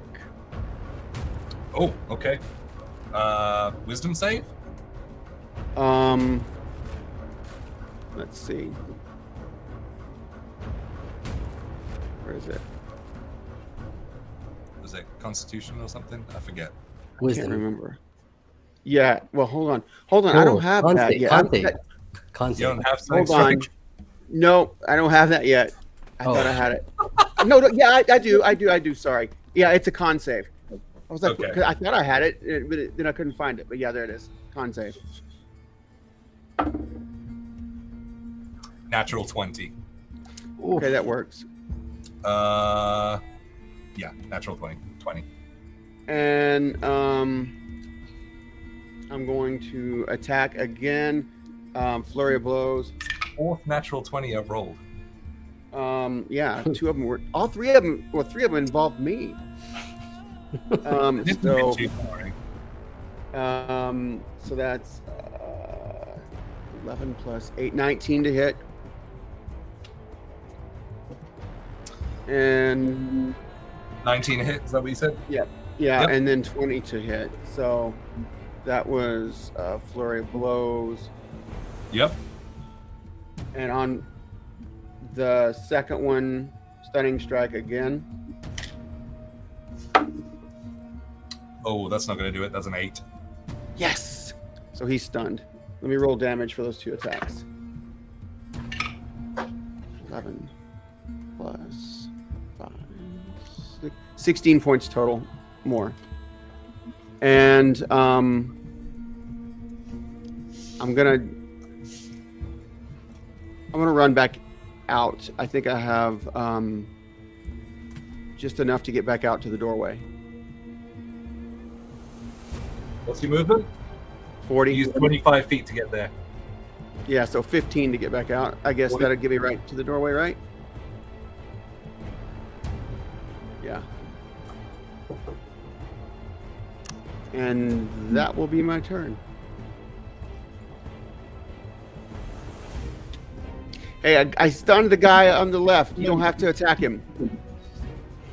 Yeah, I mean, anyone looking in can see that he's like, eyes are kind of looking in different directions and he's unsure of his footing, kind of just trying to find, like, barely holding on just to balance himself up. Cool. Rhapsody, you are up. Okay. Adeline on Rhapsody will calmly move in and fly upward, serving the area inside the cathedral, and using my bonus action, I will attempt a insightful fighting against not the stunned one, the magic user. So it will be a contested insight check on me and a deception check on them.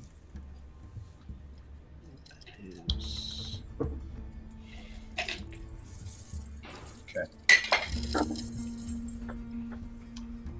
You have to beat an 11. Got a 16. That'll do it.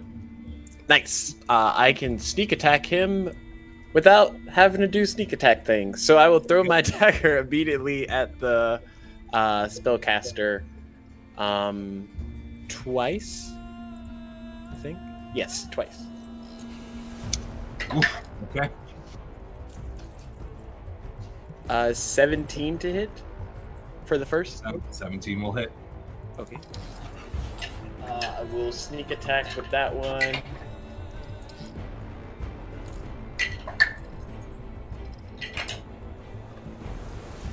Uh, 16 points of piercing with sneak attack added.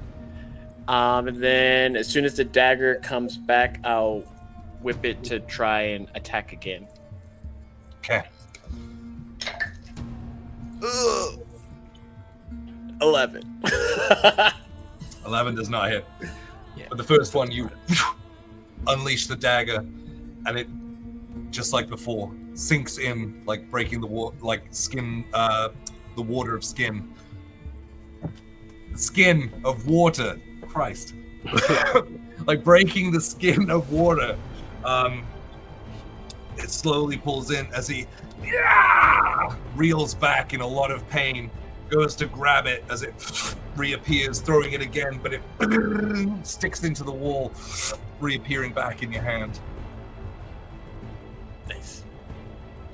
And Cool.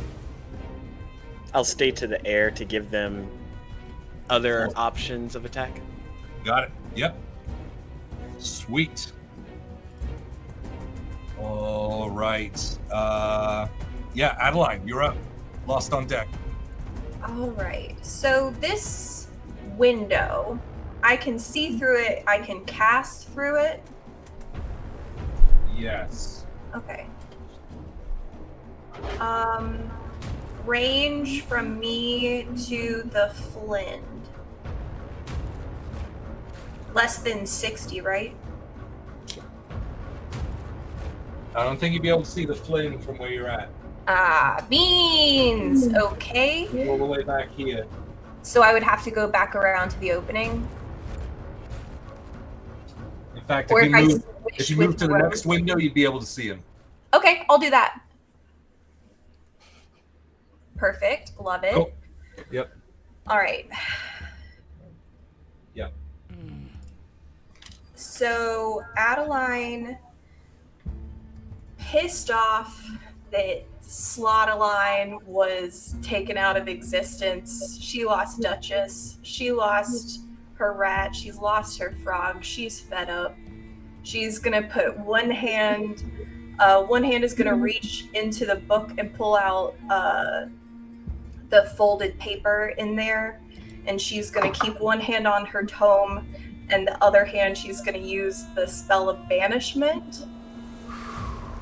And I use the scroll of banishment. Yep. would like to put 3 sorcery points into this to heighten it, so that the saving throw is at disadvantage. Ooh.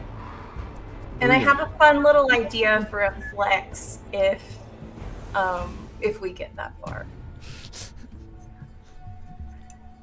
Slash, I would like to flex in the way that, like, the connection between the spell, the source of the spell, the source within her book is helping to fuel that rip between worlds, and maybe even she can break into that one and have it, like, retrieve.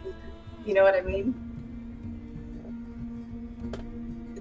Okay. Are you using your flex point? Yes. Okay. So it's disadvantage. Yes. Charisma save. Yes. DC is Okay. 17. She trying to So- banish the Flind into her patron's living room. Basically. Here's the thing. If you attempt to banish it to a plane he's not from, You can't do that. Oh, right. if you attempt to do that, he can come back. Then I don't want to do that. Okay. But If you want to use the flex point, I will reduce his save by 2. great. So he basically has to roll a 19 or a 20 with disadvantage. Nice. I love those odds. I should have said that. The universe is gonna. We need our own box of doom. Yes. We need a dice cam. I know. You can put it on the. I rolled a 19 and a 6, Nice. but Don't. He has. Don't. Iaguz sees this happening before him and says, "Not today," and cancels the spell out. Counterspell. Counter. Oh, what level's banishment? Yeah, what? Yeah, it's a 4. it's a 4th level spell. You'd have I to roll. roll for it. Yep. Go. So Do I have to roll anything? It's just you, No. right? I roll. I need Okay. to roll above. What I need to beat a 14, basically 14 or above. I have a +5 Ugh. for casting, so I need to roll a 9 or more. At disadvantage? No.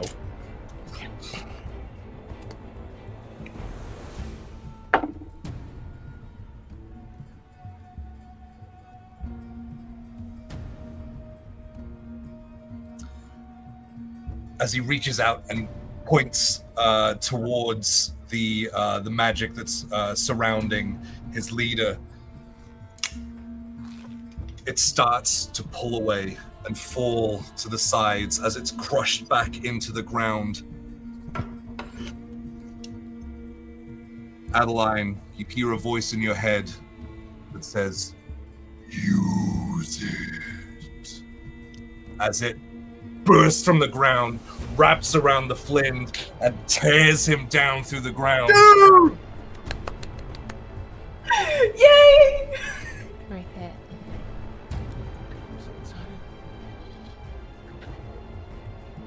Oh, God, that used so much. I'm so glad that worked.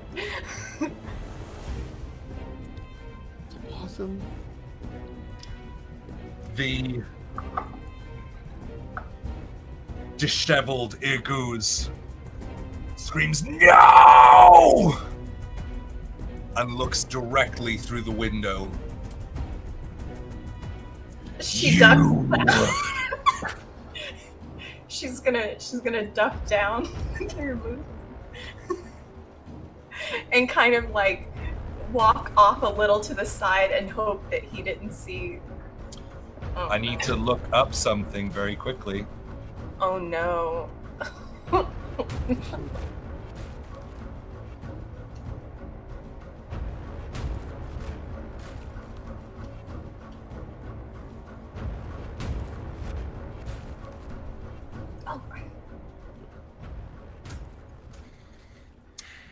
You do need to concentrate.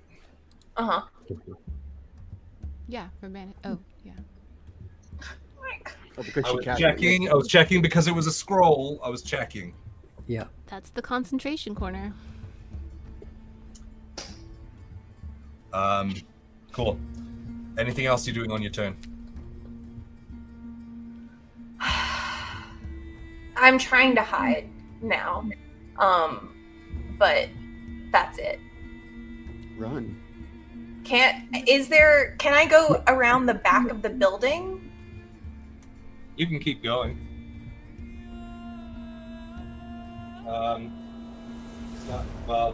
Not this way. There's no room there.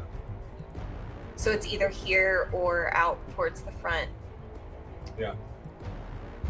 Yeah, she's just gonna kind of like duck into a corner and hide as much as she can, probably like breathing really heavy and just like, yeah.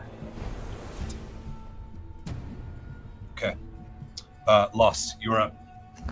All right. I'm going to move up to within 10 feet of the stunned gnoll.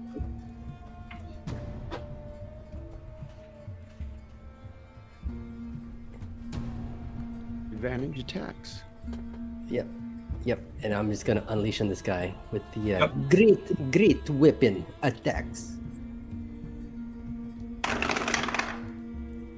That's a 20 on the first one total. And an 8. So a 20 to hit. That'll hit. 18 damage.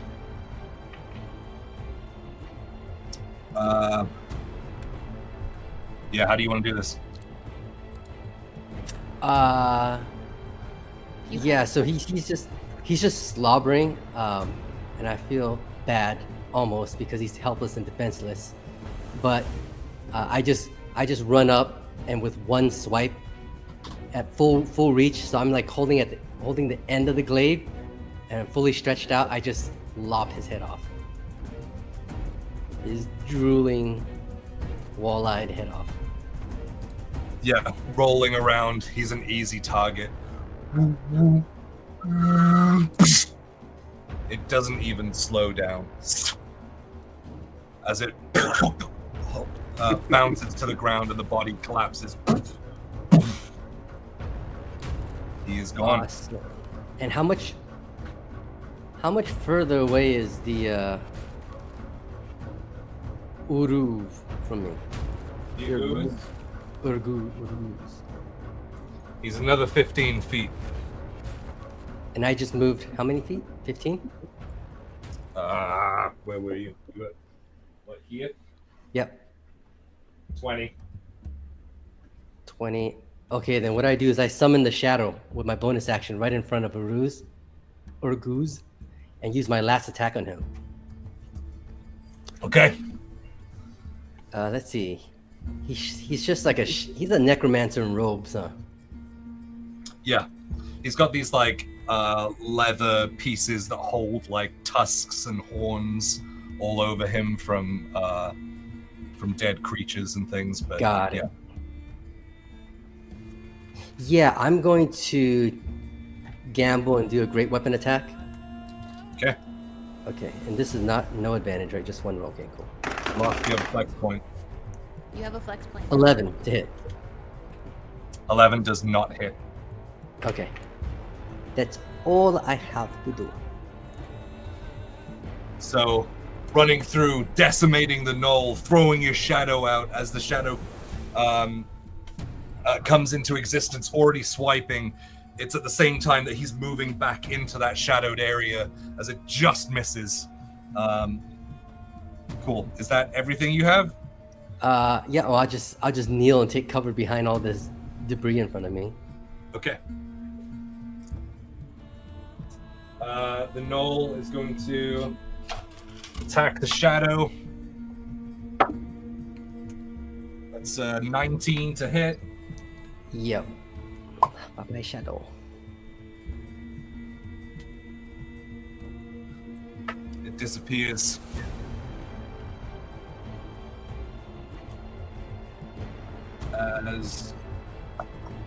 Yep. That's it for me. Rose, you are up.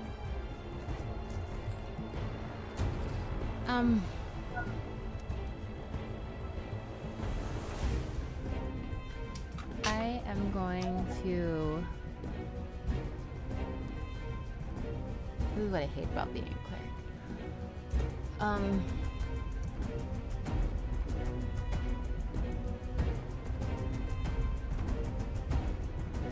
Yeah, no, she's gonna go for... she's... I can see Ergu, or whatever his name is. Goose, yep. Through the window? Yep. Yes. I will upcast Guiding Bolt at 3rd level. Oof, okay. So...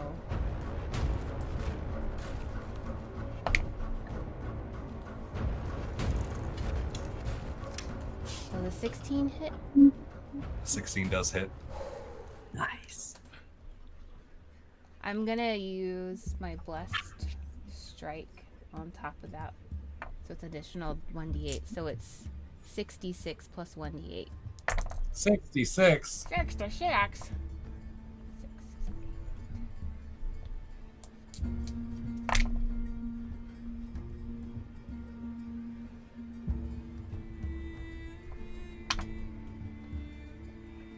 It's 24 radiant damage, and now Ooh. he is. The next attack will be at advantage.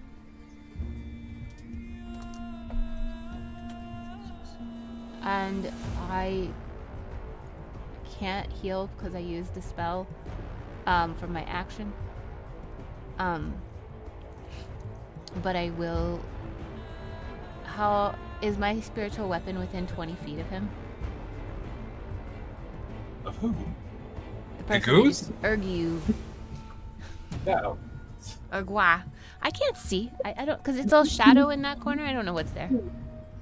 Yeah, he's like 30 feet away. And then there's another one. No, there's not. It's just him, right? No, there's one that's like right there. Yeah. Where? It's Right behind the. You could get there. You could get there. Okay, I will move my spiritual weapon and attack that one. Do I have to make an attack roll? Sorry. Does it get to move and attack on the Yes. same turn? Yep. Okay. Yeah. Just checking. I know there's weird rules about. But yeah, that's right. 'Cause you can cast it up to 60 feet, but then it can only move 20 on it. Yeah. Okay. That's the fist of fate right there. That's 25 to hit. 25 to hit does hit. And that's gonna be 11 damage. 11. Yeah.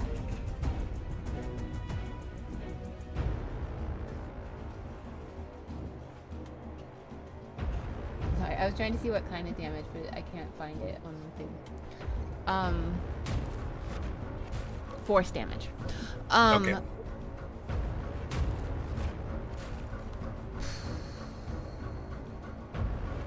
Oh, wait.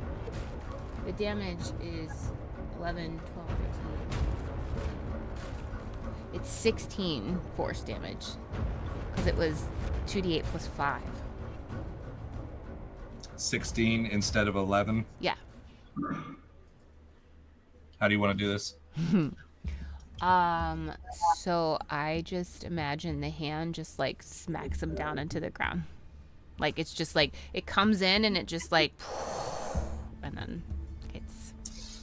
So the hand, because it's force damage, appearing in front, reeling back, and pushing down the knoll, sees it coming, drops his spiked ball and chain, and grabs onto the hand, starts pushing against it as it keeps pushing harder and harder. You can see he's struggling as you watch the bones crack out the bottom of his elbows as they split, and it through the ground as blood just is shattered from underneath the palm of the hand as it pulls back. and nobody probably sees this because Rose is like outside of the building staring in through a window, but she's like tilt her head and like there's golden glowing in her eyes, and she's just watching this, like forcing this to happen in front of her, just like this very intense moment of, yeah, she's basically trying to get this one out of the way so she can focus everything on the other one. Beautiful. And I'm gonna stay put and keep concentrating. Cool. It is Irguz's turn. Oh, damn.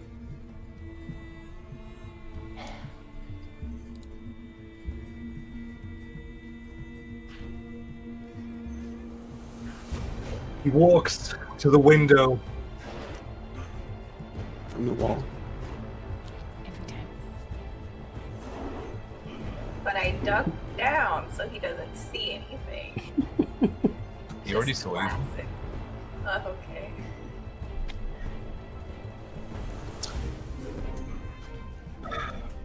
Reaches his hand against the bars of the window, and uttering under his breath a few arcane words, he says, "I will show you the cold of death." And I need both of you to make Constitution saving throws.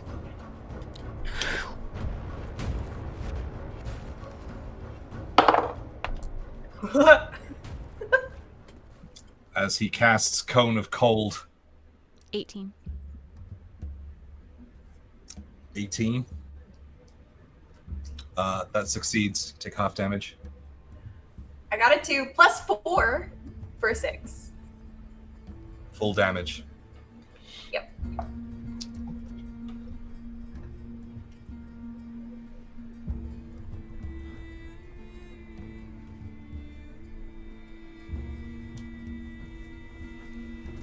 Okay.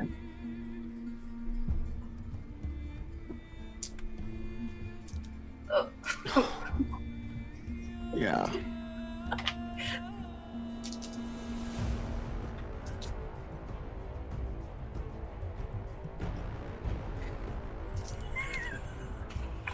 Like, that's too many, I think, probably. Okay.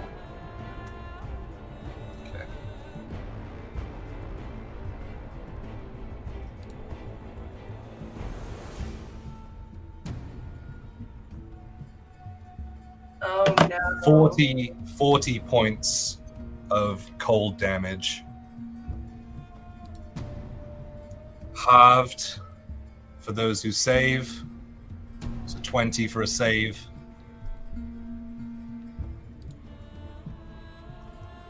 Those of That you means you only need to roll a those of you 10. concentrating, I need you to make concentration checks. What do we have to? You only need a 10, Okay. Rose, because you have to beat half of the damage. Concentration is a Constitution saving throw. So you add your con, right? Yes. Okay. So you get to roll with advantage, Rose. Oh, that's right. I got a 14. I got a Yep, 14. that doesn't do it. She only has to beat half of the damage. Yeah, 40. You wouldn't have Took known. Right, but she 40 only took points. 20 because she passed the save. So No, only she took 20. didn't. No, Adeline No, took Adeline. 40 I just points took of 40. damage. 20. Oh, I was talking about Rose. Yeah. Okay. I know Adeline didn't save. Ah, beans. Guess who's back? Back again. Guess who's back? Guess who's back? I assume it hasn't been a minute. It has not been 10 rounds, no. Are we counting? Does anybody know? Me starting. I Been put two. one optimistic tally down on my list of rounds with banishment. I'll just been- mark that one Been out. 2 for me, It's been 3 for Rose. 3 for me. Oh, it has been 3 for you. I'll keep track. Yeah. Rose, you managed to hold on to the banishment spell, holding Warmaster Grot back. Unfortunately, the amount of damage that comes through this torrent of cold and ice that hits Adeline pretty much point blank shatters the spell that's holding the Flind as he reappears again, holding his head down, calm as ever. He looks up. Nods, and that's it. That is everything Irguz can do. Top of the round. The Flind.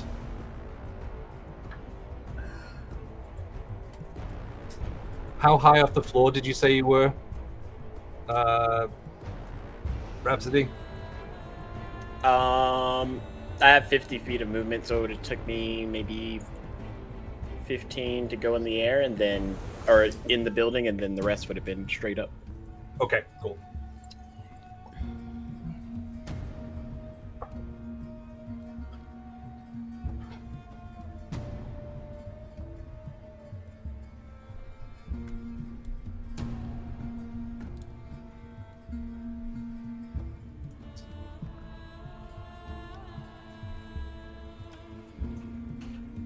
He moves up directly. That's basically under Rhapsody. Walks, dragging the flail behind him towards Lost as he brings it up above his head and whips around towards Lost. First one.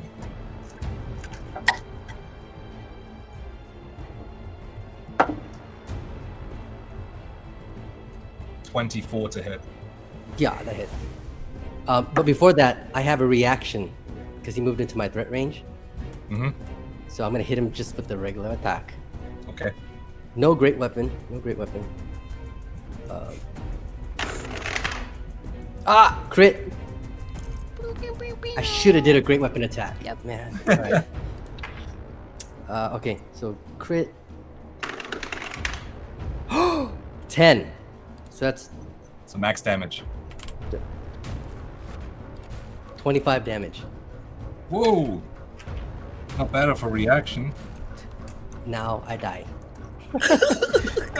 Now we all die. Worried. The 25 you said? Yeah. Cool. Is he large or is he medium?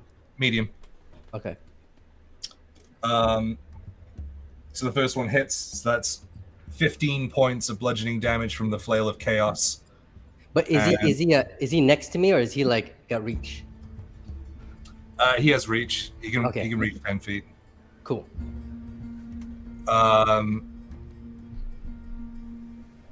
What did I say? 15 points of bludgeoning damage, and I need you to make a wisdom saving throw. Okay, 15 bludgeoning. Cool. 15 bludgeoning damage. Wisdom saving throw. +2. Okay. +2. Okay. 13. That fails. 16. So you make a random attack, or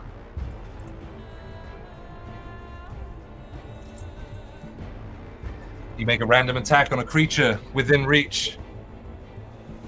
Kaya is within reach. As the madness takes over your mind, you flail out towards Kaya.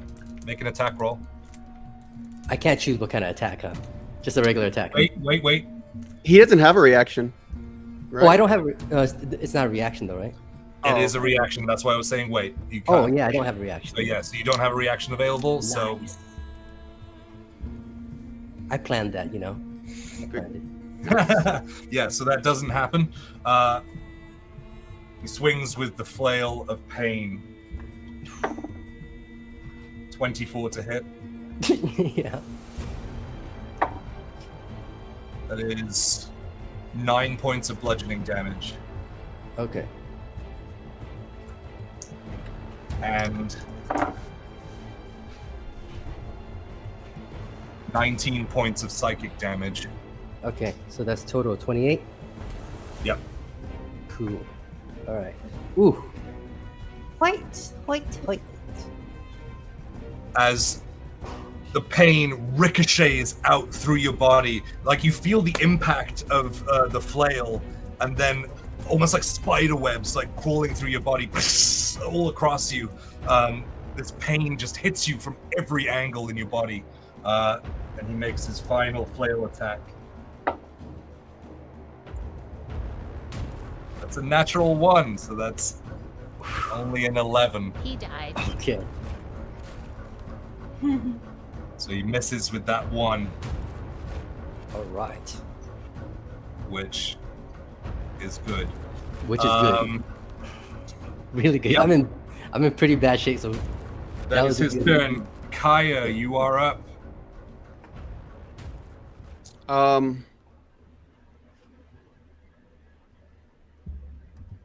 I'm going to. You see me do like a sort of like a kneel down, and my wings pop out, and I fly straight over to Irgu, and I start just going to town. Um,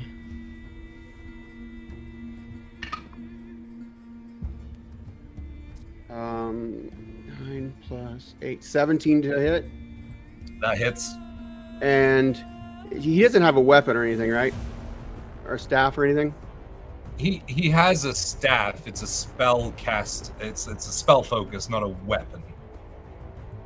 Okay. I am going He doesn't have to. any physical attacks, so Okay, I'm going to use a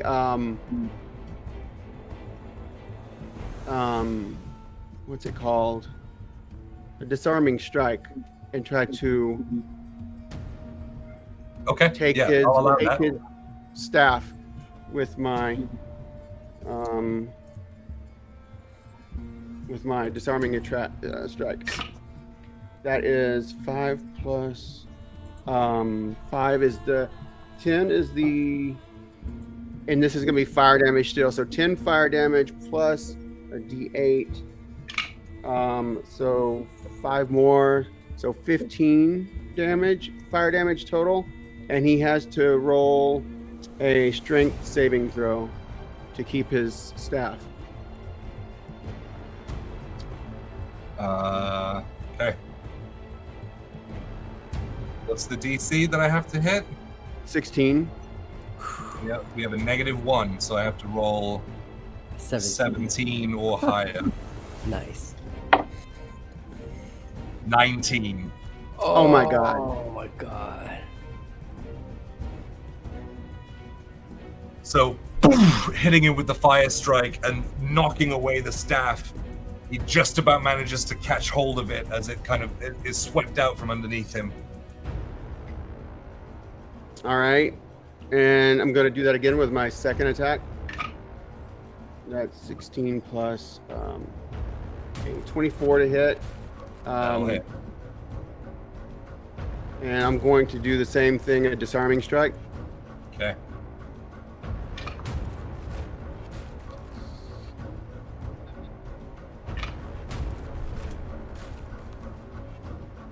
$17 points of damage. And he has to roll, the 16. Cool. As you make contact, he looks out towards the Flind and just says, "Complete the work." How do you want to do this? Oh yes. Yes. All right. As my second hit reaches out, and so I will, with my left hand, I will grab the staff, and as I'm yanking it from him, I'll just use it as leverage to pull myself towards him and put my fist just basically through his face, and it's just like a flaming hole that goes right through his face. Just like that, grabbing the staff, poof, the fist makes contact as he finishes his sentence, as it catches flame and pushes through, poof, leaving nothing but charred remains from the shoulder up. The staff echoes as it clashes to the floor. And then I will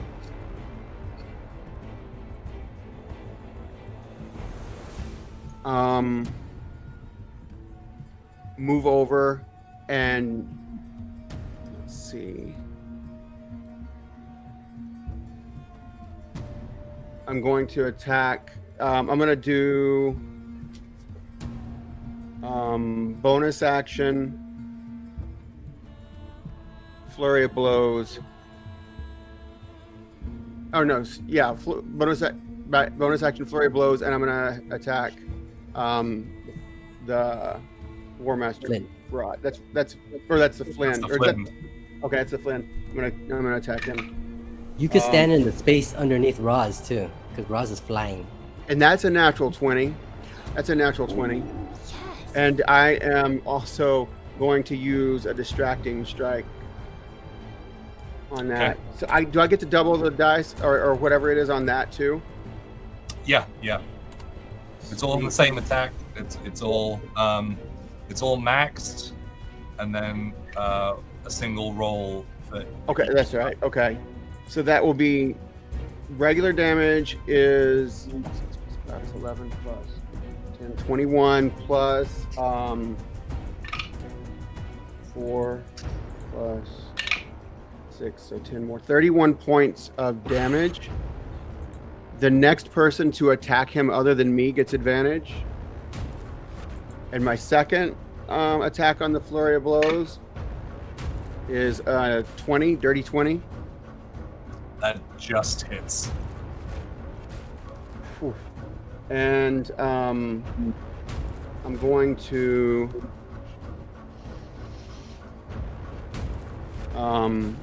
save my last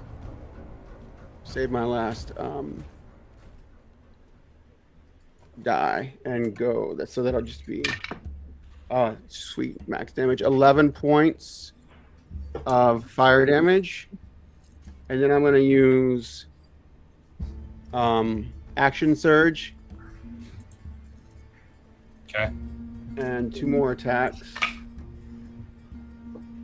23 to hit, and 12 plus 8, dirty 20 to hit.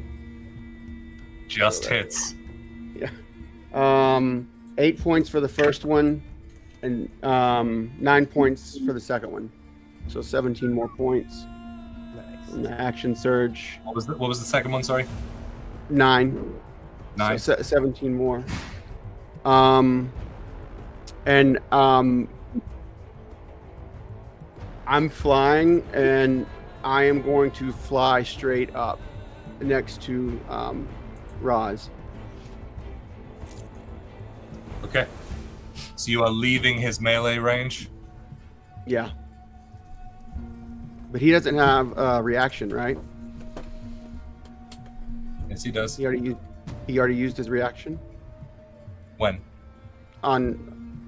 I thought he used it. Was that a different one? I thought he used it. That's why he couldn't attack. Use his reaction. I use it. Oh, okay. I thought. Oh, that's right. That's right. My bad.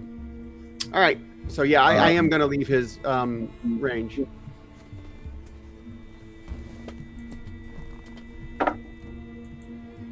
It's a 28 to hit. Yeah, that hits. As you go to take off towards the ceiling, he almost looks irritated at this point as he turns his head and says, "You know who will bring ruin, but I bring pain," and swipes with his flail. I will just do, I'll roll through it like the way it's laid out. The top one is Flail of Chaos. He only gets so one attack, right? Yep. Okay. That's what I'm saying. It's that one. Oh, I see what you're saying. Okay. That is 10 points of bludgeoning damage. And I need you to make a wisdom saving throw.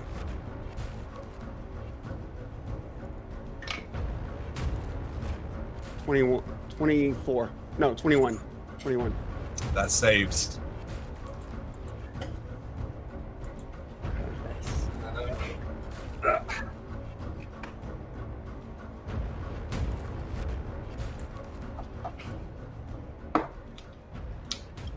As you take off towards the sky, or towards the ceiling, I should say.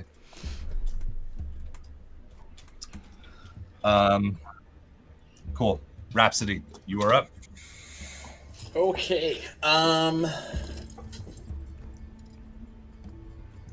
Seeing that, Rhapsody will tag his brother out, and swooping downward, he's going to guide that advantage with his blade or his dagger and go to strike at What advantage are you using? from Distracting. distracting strike from Kaya. Yeah, the distracting strike. Next person So the that first- attacks him. Okay, yeah.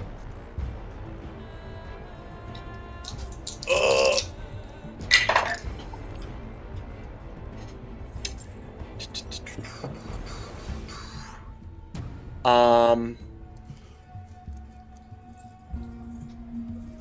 18, but I will use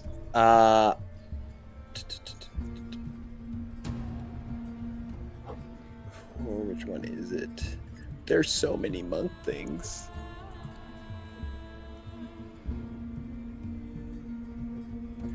I will use the focused aim. I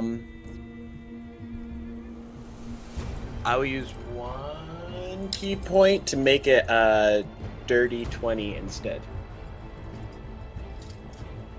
Yeah, that just hits.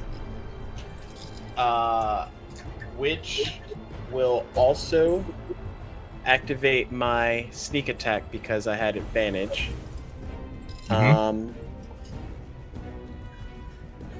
He's so hard to hit, y'all.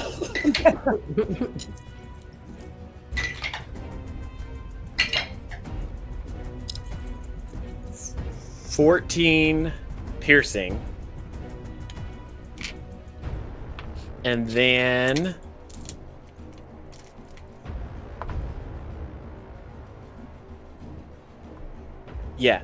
I will burn another key point to stunning strike, so he has to make a con save of 15 on this first hit.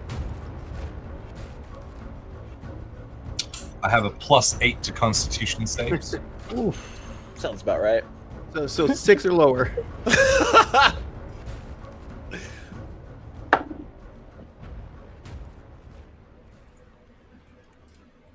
rolled a natural 5. Nice. Holy crap! The Flind is stunned. Okay. Holy crap! I will use the blade to kind of. It's almost like Roz kind of predicted his movements before he even flew down, but I'll use the blade to strike kind of like at the back tendons of his ankles for my next go, which will be at advantage because he is stunned. Mm-hmm. Oh gosh. 15. Doing math. I'll burn 2 more to make it a 21. That hits. Okay.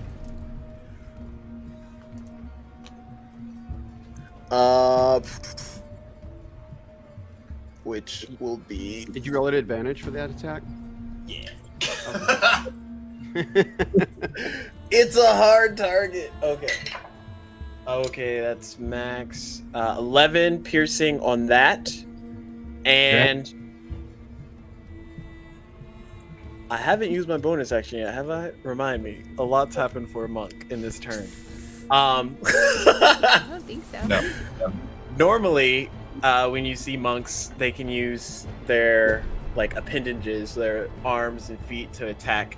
Roz is gonna burn 1 more key point to do flurry of blows, Nice.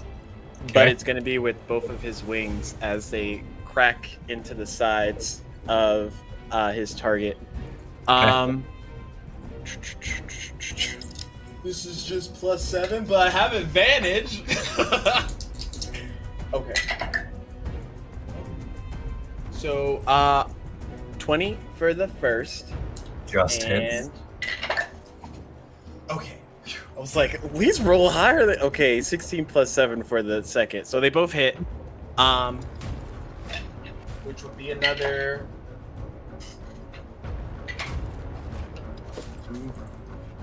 10 points of bludgeoning altogether. Okay.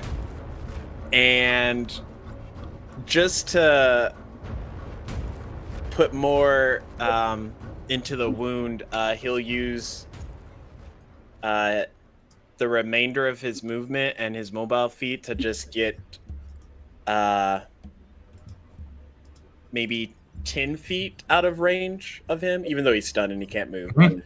10 feet out. Yes, you would be touching the rafters, but you are there. Okay. And that's all. That's all. That was a badass round. Adeline, it is your turn. Okay. He's stunned. He automatically fails strength and dex saving throws. Just to let you know. Unload on him. Unload. Well, I'm wondering. I had different priorities for this round. Go for it. Go for it. Hold on. Okay, that's what I was planning to do. You know what? I'm gonna stick with that. Because Adeline is hurt and she's pissed off and she's very cold. So she is gonna focus on that spot right between the 2 crystals and focus again and use her like innate sorcery points to bring Slaughterline back. And they are going to focus on tearing the crystals down. That is what they're attacking. So they're going to attack the crystals. Yes. Adeline has to spend an action to clear her glasses, like when she's like in the froth. Slaughterline returns to the field. Yes.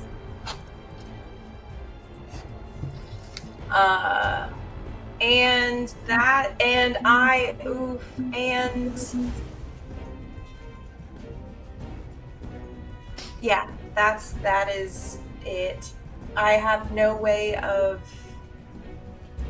She's going to say in her mind to Rose, "Do you have any healing potions?" And that's it. Okay. So then it would be the Slard's turn. Oh, right! Fantastic! I am attacking this crystal. With advantage. With advantage? No, Stun. the crystal. Oh, the crystal. Oh, the crystal. I think that's advantage. The stun. So not with advantage. Okay.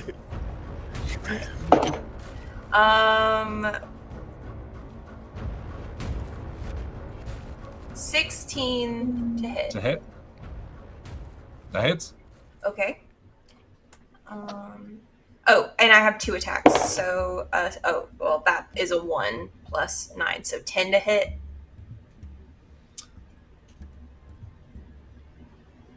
Ten to hit. That does hit. Oh, fantastic. Okay. So, damage. Damage. Okay.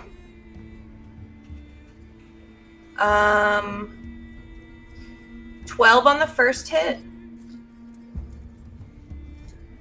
10 on the second hit. Cool.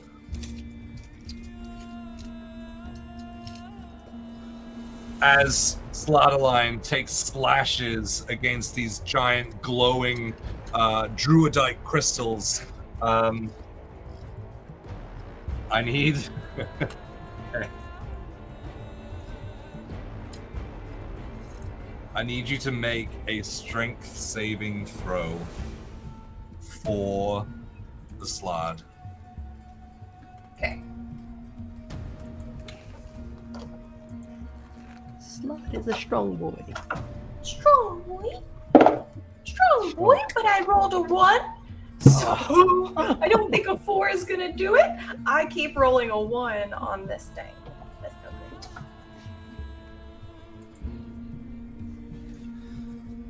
As he strikes physically at these giant Druadite crystals, you see them almost ignite with just pure white light as the portal starts to swirl harder and the Slard is dragged in front of the portal. No. What? Is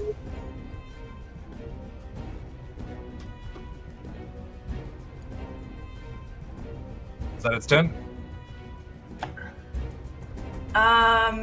Does it have any movement to move away, or is Right now, it is considered restrained. You need to succeed on a strength saving throw the following round. Gotcha? And that is it. Cool. All right. Lost. You are up.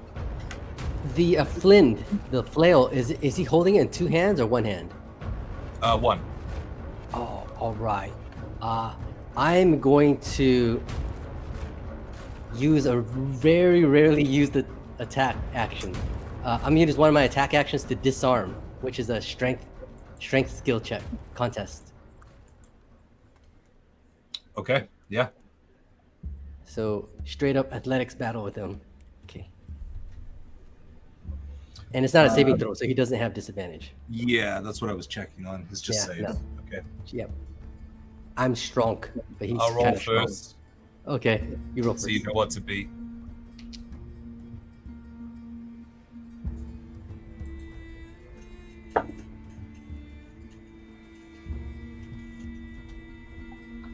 I rolled 15, so that makes it 20.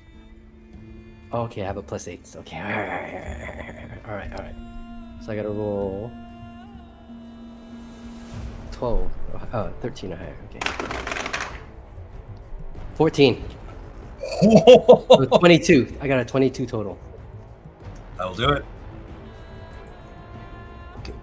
So I knock his flail on the ground, and with my flex point on the follow-up, back end of my I say swing on the back end of my pole arm. As it's falling, I hit the flail, and I try and knock it straight through the portal.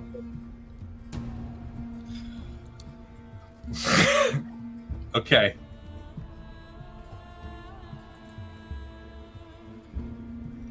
Just thinking of the physics of what you're asking. Yeah, or if it hits the ground. Because it's a flail, so it's a lot of like loose, bendable material that would get wrapped around. Or if it hits the ground, then I'm just gonna do the thing where like I stick my pole in between the chains and just like kind of lift and throw it out. I'll tell you what. If you use your flex point for this, you can use the bottom end of your pole arm to scoot it along the ground rather than just like golf hit it through the portal. Okay. Hold on. Yes.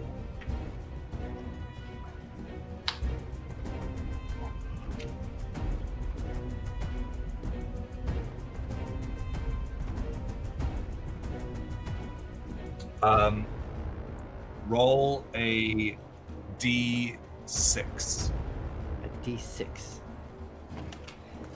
None of my attacks or ability uses a D6, so I've got to fetch one. So 1 second there. There you go. 5.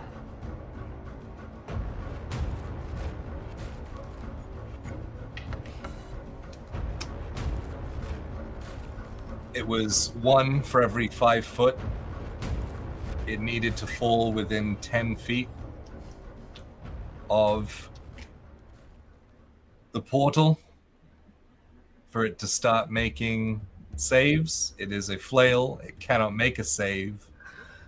25 feet puts it within 10 feet. You watch as the flail scoots along the ground and then is picked up and taken through the portal. Oh. Is that your turn? I actually did that take an attack? It's cool if it did. I don't. I would say yeah, because that's Okay. That's gonna take some aiming and time. So my bonus action. Now I look at him and I go, surrender, and we will give you a quick death and a final meal. Not in that order. As he's starting to starting to come out of it. Oh, I also move because he has no reactions. He's stunned, so I'm gonna move out of his range. Yeah. Okay. Yeah. But cool, because I said that intimidatingly, and I don't want to back away. Looking like I'm like, yeah. Just as you say that before you move out of the way, as he's sort of starting to come out of it, as we're kind of halfway through, you just hear him whispering, "The work is done." Oh no. Is that your turn? Yes. Okay, Rose, you're up. So Rose is kind of holding on to the side of the building outside the window, and if Adeline was to look at her, she would see that she doesn't look very good at all. Probably the worst she's ever seen her look. Ever. So she's like holding at her chest and breathing like very shallow breaths. And so looking over at Adeline out of the corner of her eye and sees that Adeline does not look any better. She's going to cast, and assuming that everyone inside also is not faring very well, is going to cast Mass Healing Word to everyone. At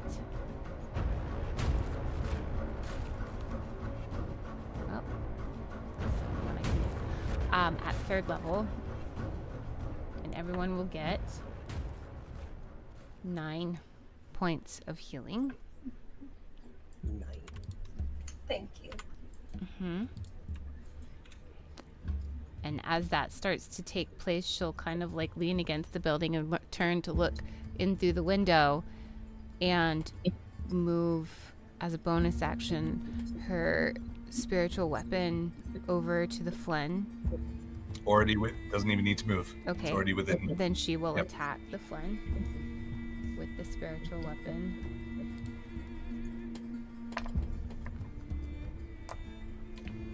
And she will use her blessed strike again. Ooh.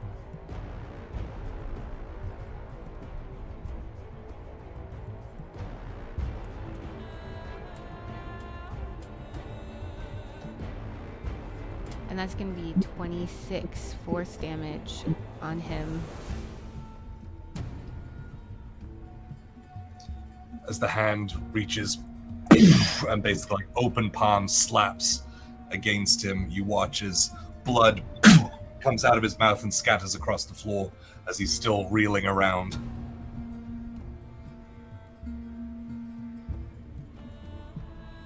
I didn't roll an attack on that. I'm sorry. Hang on. That may not have worked. But I have advantage? I have advantage, right? Yep, he's stunned.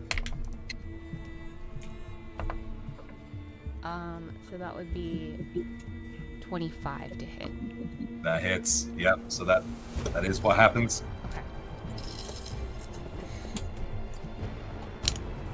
Okay. Action bonus. Are you moving?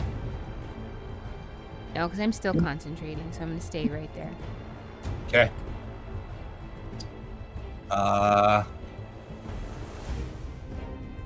We go to the Flind's turn. As you can see him coming to in front of you, Kaya, or below you.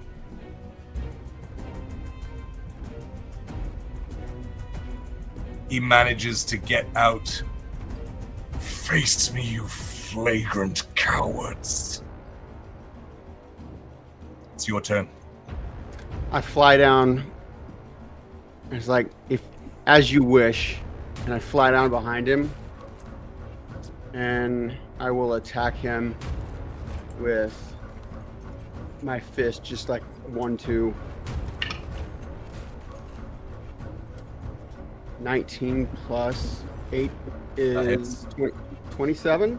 And I'm gonna roll again for natural 20. Nope, it was not a natural 20. So that's a 27 to hit, and I'm going to turn this into a disarming strike, and I'm going to grab his other flail. The flail heads are all attached to the same They're gone. thing. Oh, it's not. I thought it was 2 flails.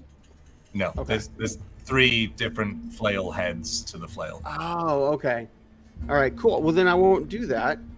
But you would know that because looking at him, he doesn't have a weapon. Right. So I am going to. I'll just roll damage on that one. Oh, that's only 7 points of fire damage. And then I'm going to I'm gonna hit him one more time with my second attack. First roll is a 23, second roll is a 22. So on this one I'm going to use a bait and switch. So I'm going to switch places with him because he's stunned, he can't resist. So I can get an extra bit of damage out of that. And bait and switch, I roll. Bait and switch is with an ally, isn't it? Yeah. Well, it says you can spend 1 superiority die and switch places with when you're within 5 feet of a creature on your turn. You can expend 1 superiority die and switch places with it, provided you spend at least 5 feet of movement and the creature is willing or isn't incapacitated. And since it's stunned, it's also incapacitated. Okay. But I don't get more damage. I just get to increase my AC. So no, yeah, I'll go ahead and do that. And I rolled a 7, so my AC is 7 points higher. Oh. And the damage on that is. Did I already roll damage for the second hit? I didn't. Okay, so that's 9 points of damage. And I am going to use.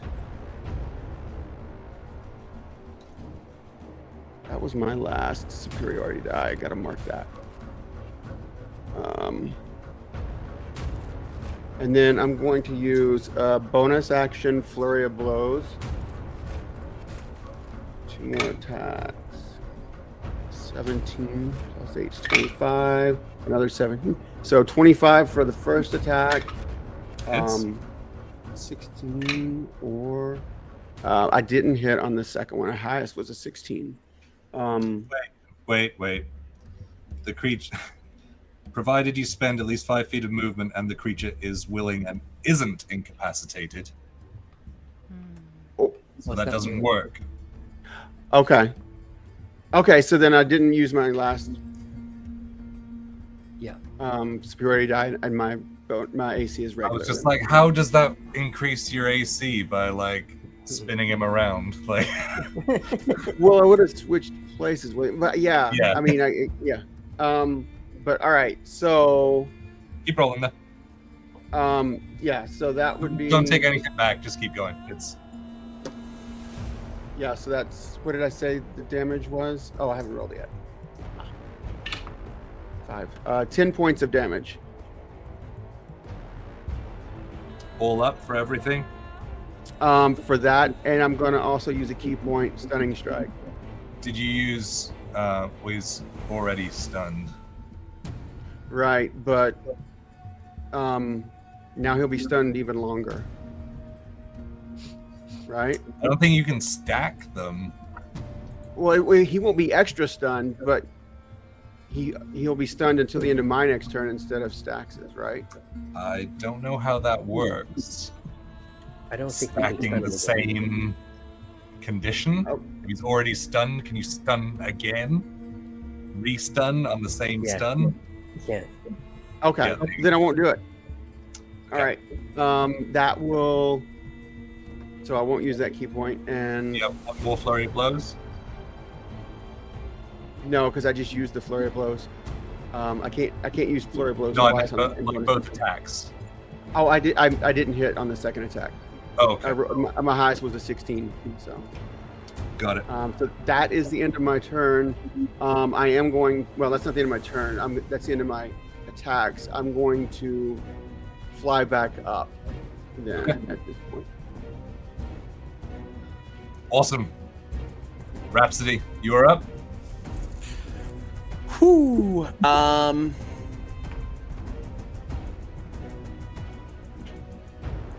Rhapsody will slowly fly down and land in front of Flind, and realizing he doesn't have any more key points, he's gonna try and take the best advantage of the stun that'll wear off after his turn. So I will land in front of him and strike twice with Korum's dagger. Okay.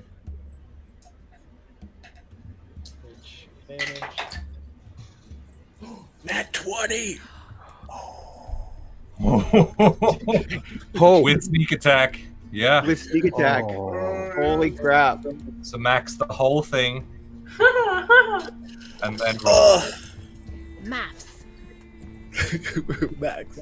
And then the extra roll is 3. So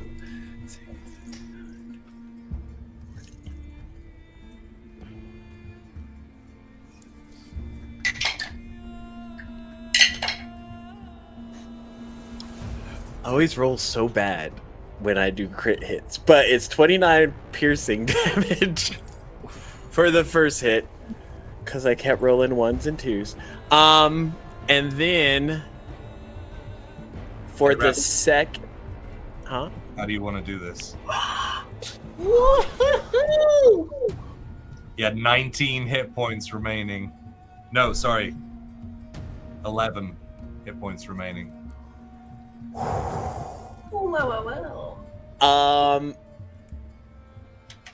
At this point, I think Roz has started to find that delicate balance between his monk skills and his rogue skills, as far as like how he needs to move his blade and everything like that, especially when you compare it to when he first started. So he'll kind of like come down and strike at the Flind, but seeing how that sneak attack just makes the attack go even further, he'll kind of like finish the script and just, it's almost like one of those anime flurries where a bunch of slashes happen and then the after damage kicks in and you realize how much he actually hit him for. But it'll be kind of like that.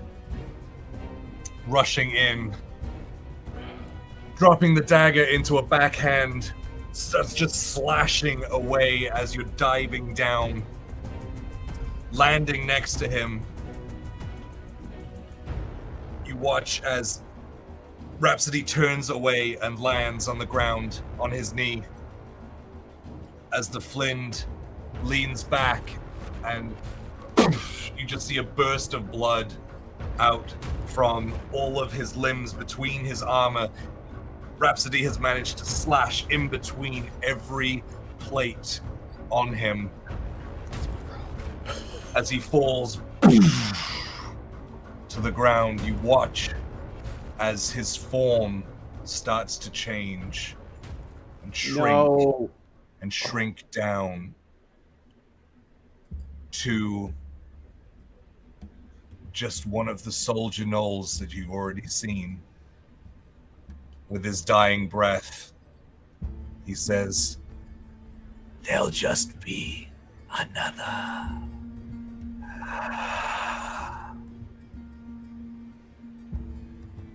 He is dead. And from his death, the touch of death will kick in, and you'll see that temporary hit point effect sort of glisten on Roz's skin as I get 9 temp hit points back. Yep. Cool. Is that your lot? Okay. Roz just beats people up and glows up.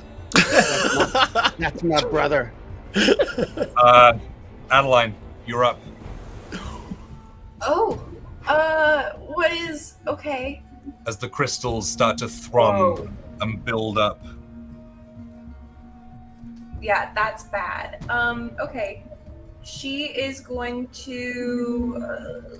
What is going to be most effective? She's going to shoot Eldritch Blast through the window, and the arcs are going to split off and go to each crystal. Okay. So let me roll 2 here. Ooh, okay. You just need a 10. The giant great. crystals that are not moving. Then they both hit. Okay. Why? It's always the D10s. You would think I would know what they look like. Anyway. Oh, that's a 10. And that is, wait, I don't add anything. Nope. So that's just a 3. Okay.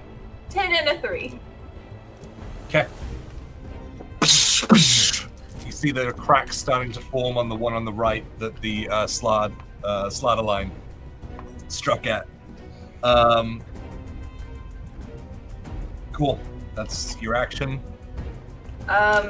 Yes. And bonus action of movement, she is going to round about the corner and make her way into the cathedral. So go around to the main entrance.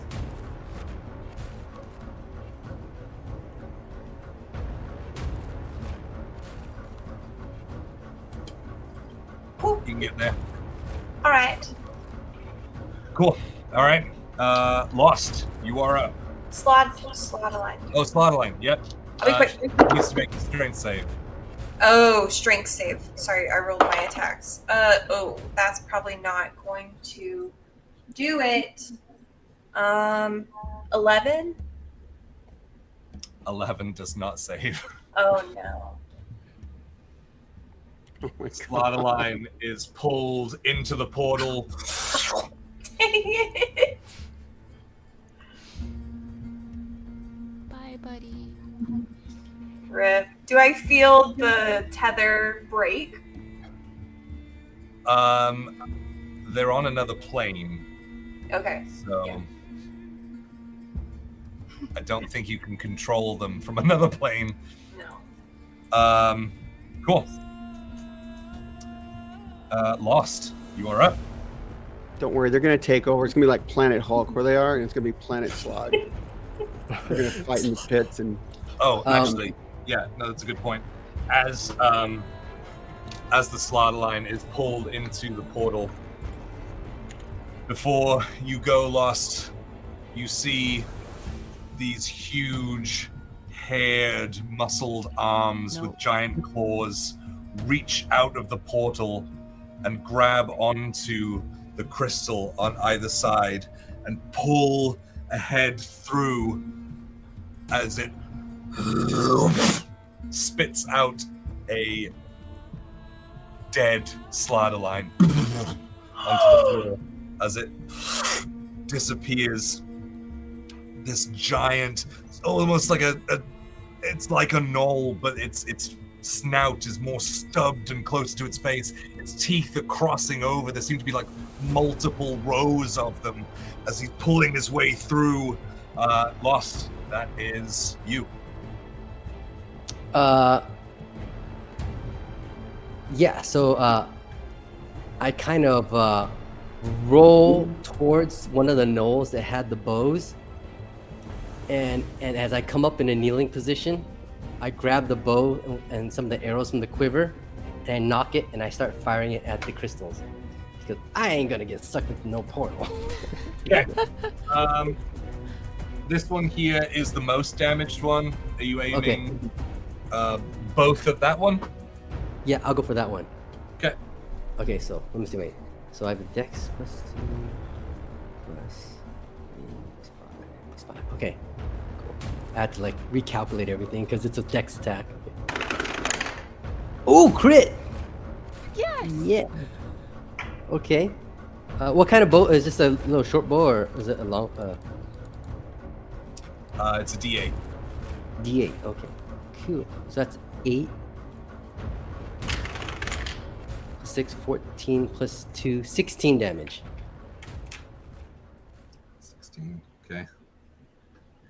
And then one more attack. 6 plus 5. Oh, 11. That just hits a 11.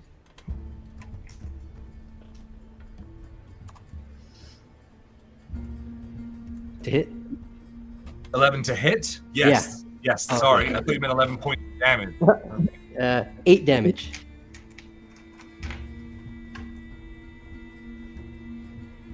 And that's all I. Oh, and my bonus action. I'll what you call it? The second win. Okay. Okay. As you loose the second arrow, it hits the crystal, and the crack from the bottom starts spidering its way all the way up to the top, the precipice of this crystal, as it starts thrumming harder and harder and harder and harder until it shatters out into that dust. The portal closes and disappears, taking Yinogu with it. I need, from the force of this blast,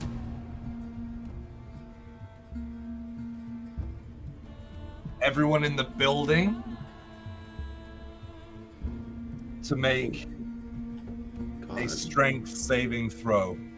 Thank God you weren't in there, Adeline. I am. Fuck. Tracer. Okay. That's my best one. Okay. I am Strength not good at saving. this strength.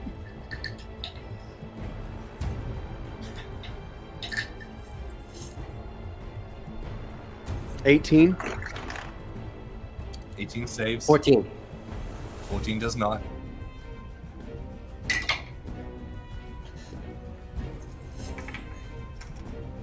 How about a 6? 6 does not do it. As the force of this pure chaos of unrefined magic is shattered, its only constraint being the outside of this crystal is broken.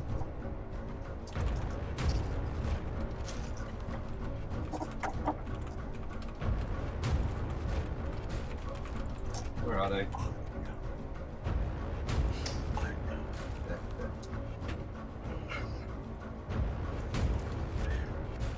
I'm just a baby rogue. Oh no. Oh no. Do these count as missiles? For sure. Absolutely.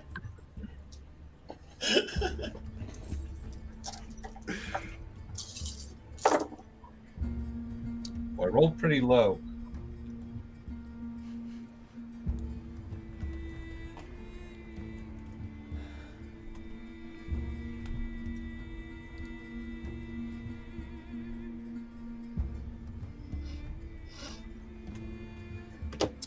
I rolled pretty low. Those that failed take 32 points of force damage. Half on a success. Lol. I slump. Are you down? Who's Yeah, I down? only had 20. I only had 27 hit points, so I slumped. Everybody's down? No, I'm not. Oh, good. The rest of you are up. Yeah. Within the room, the dust that you've seen before in the cave starts to fall within the walls of the cathedral. An eerie quiet reigns over the cathedral as the portal has disappeared. The flames alighting the torches go out. It's dark. It's quiet. The distance, you can hear the revolution raising up. You can hear people cheering as they begin to run the gnolls out of their city. And that's where we're going to end tonight.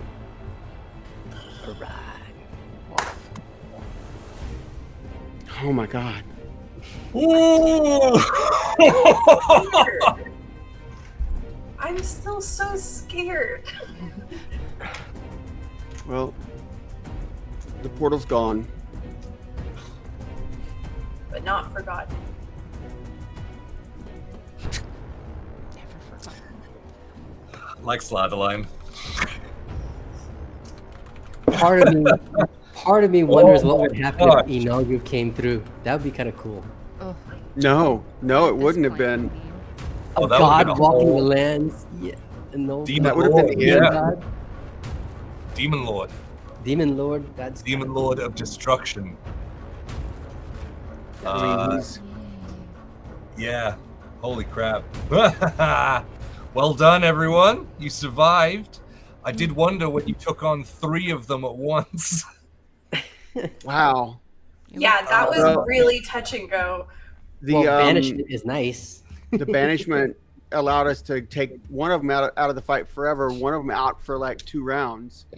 It didn't even make it one round. No. But, Oh, it wasn't. Okay. Damn. yeah. He literally used his last big spell slot just to throw everything at breaking that concentration. That's good though. Yeah. It put us down to very low. in our points. It's good. It's good that things are how they are. Ooh, there was a lot of stuff that was very touch and go for you guys. That stun though, that was what turned it. That was what turned it. Oh Clutch. man. Well, thank you guys. Thank you guys. Right. This I've had this lined up for a really long time, like months, and so yeah, I was super happy to play this one out with you guys. Thank my players. You were awesome. Such a pleasure to DM for. Yeah, we're gonna raid Distal's place. So make sure you stick around to get those extra channel points to spend on flex points in the future. Those flex points were big as well. Hey, thank you so much. If just before we go, if you are new to the channel and you're not already following, please do consider clicking the follow button. Getting a channel written, a character rolled on the screen for you. We will be back next Friday, which is the final Friday before Gen Con. So we're gonna sum up the saviors of Heliacal on the next show, which will be awesome. A great note to have a pause on as well. Thank you so much, everyone. Stick around, drop some raid emojis on Distal. They're great people. Show some love in their community. Much love, guys. Thank you for starting your weekend off the right way with Fables of Gahlia. Bye-bye! Bye.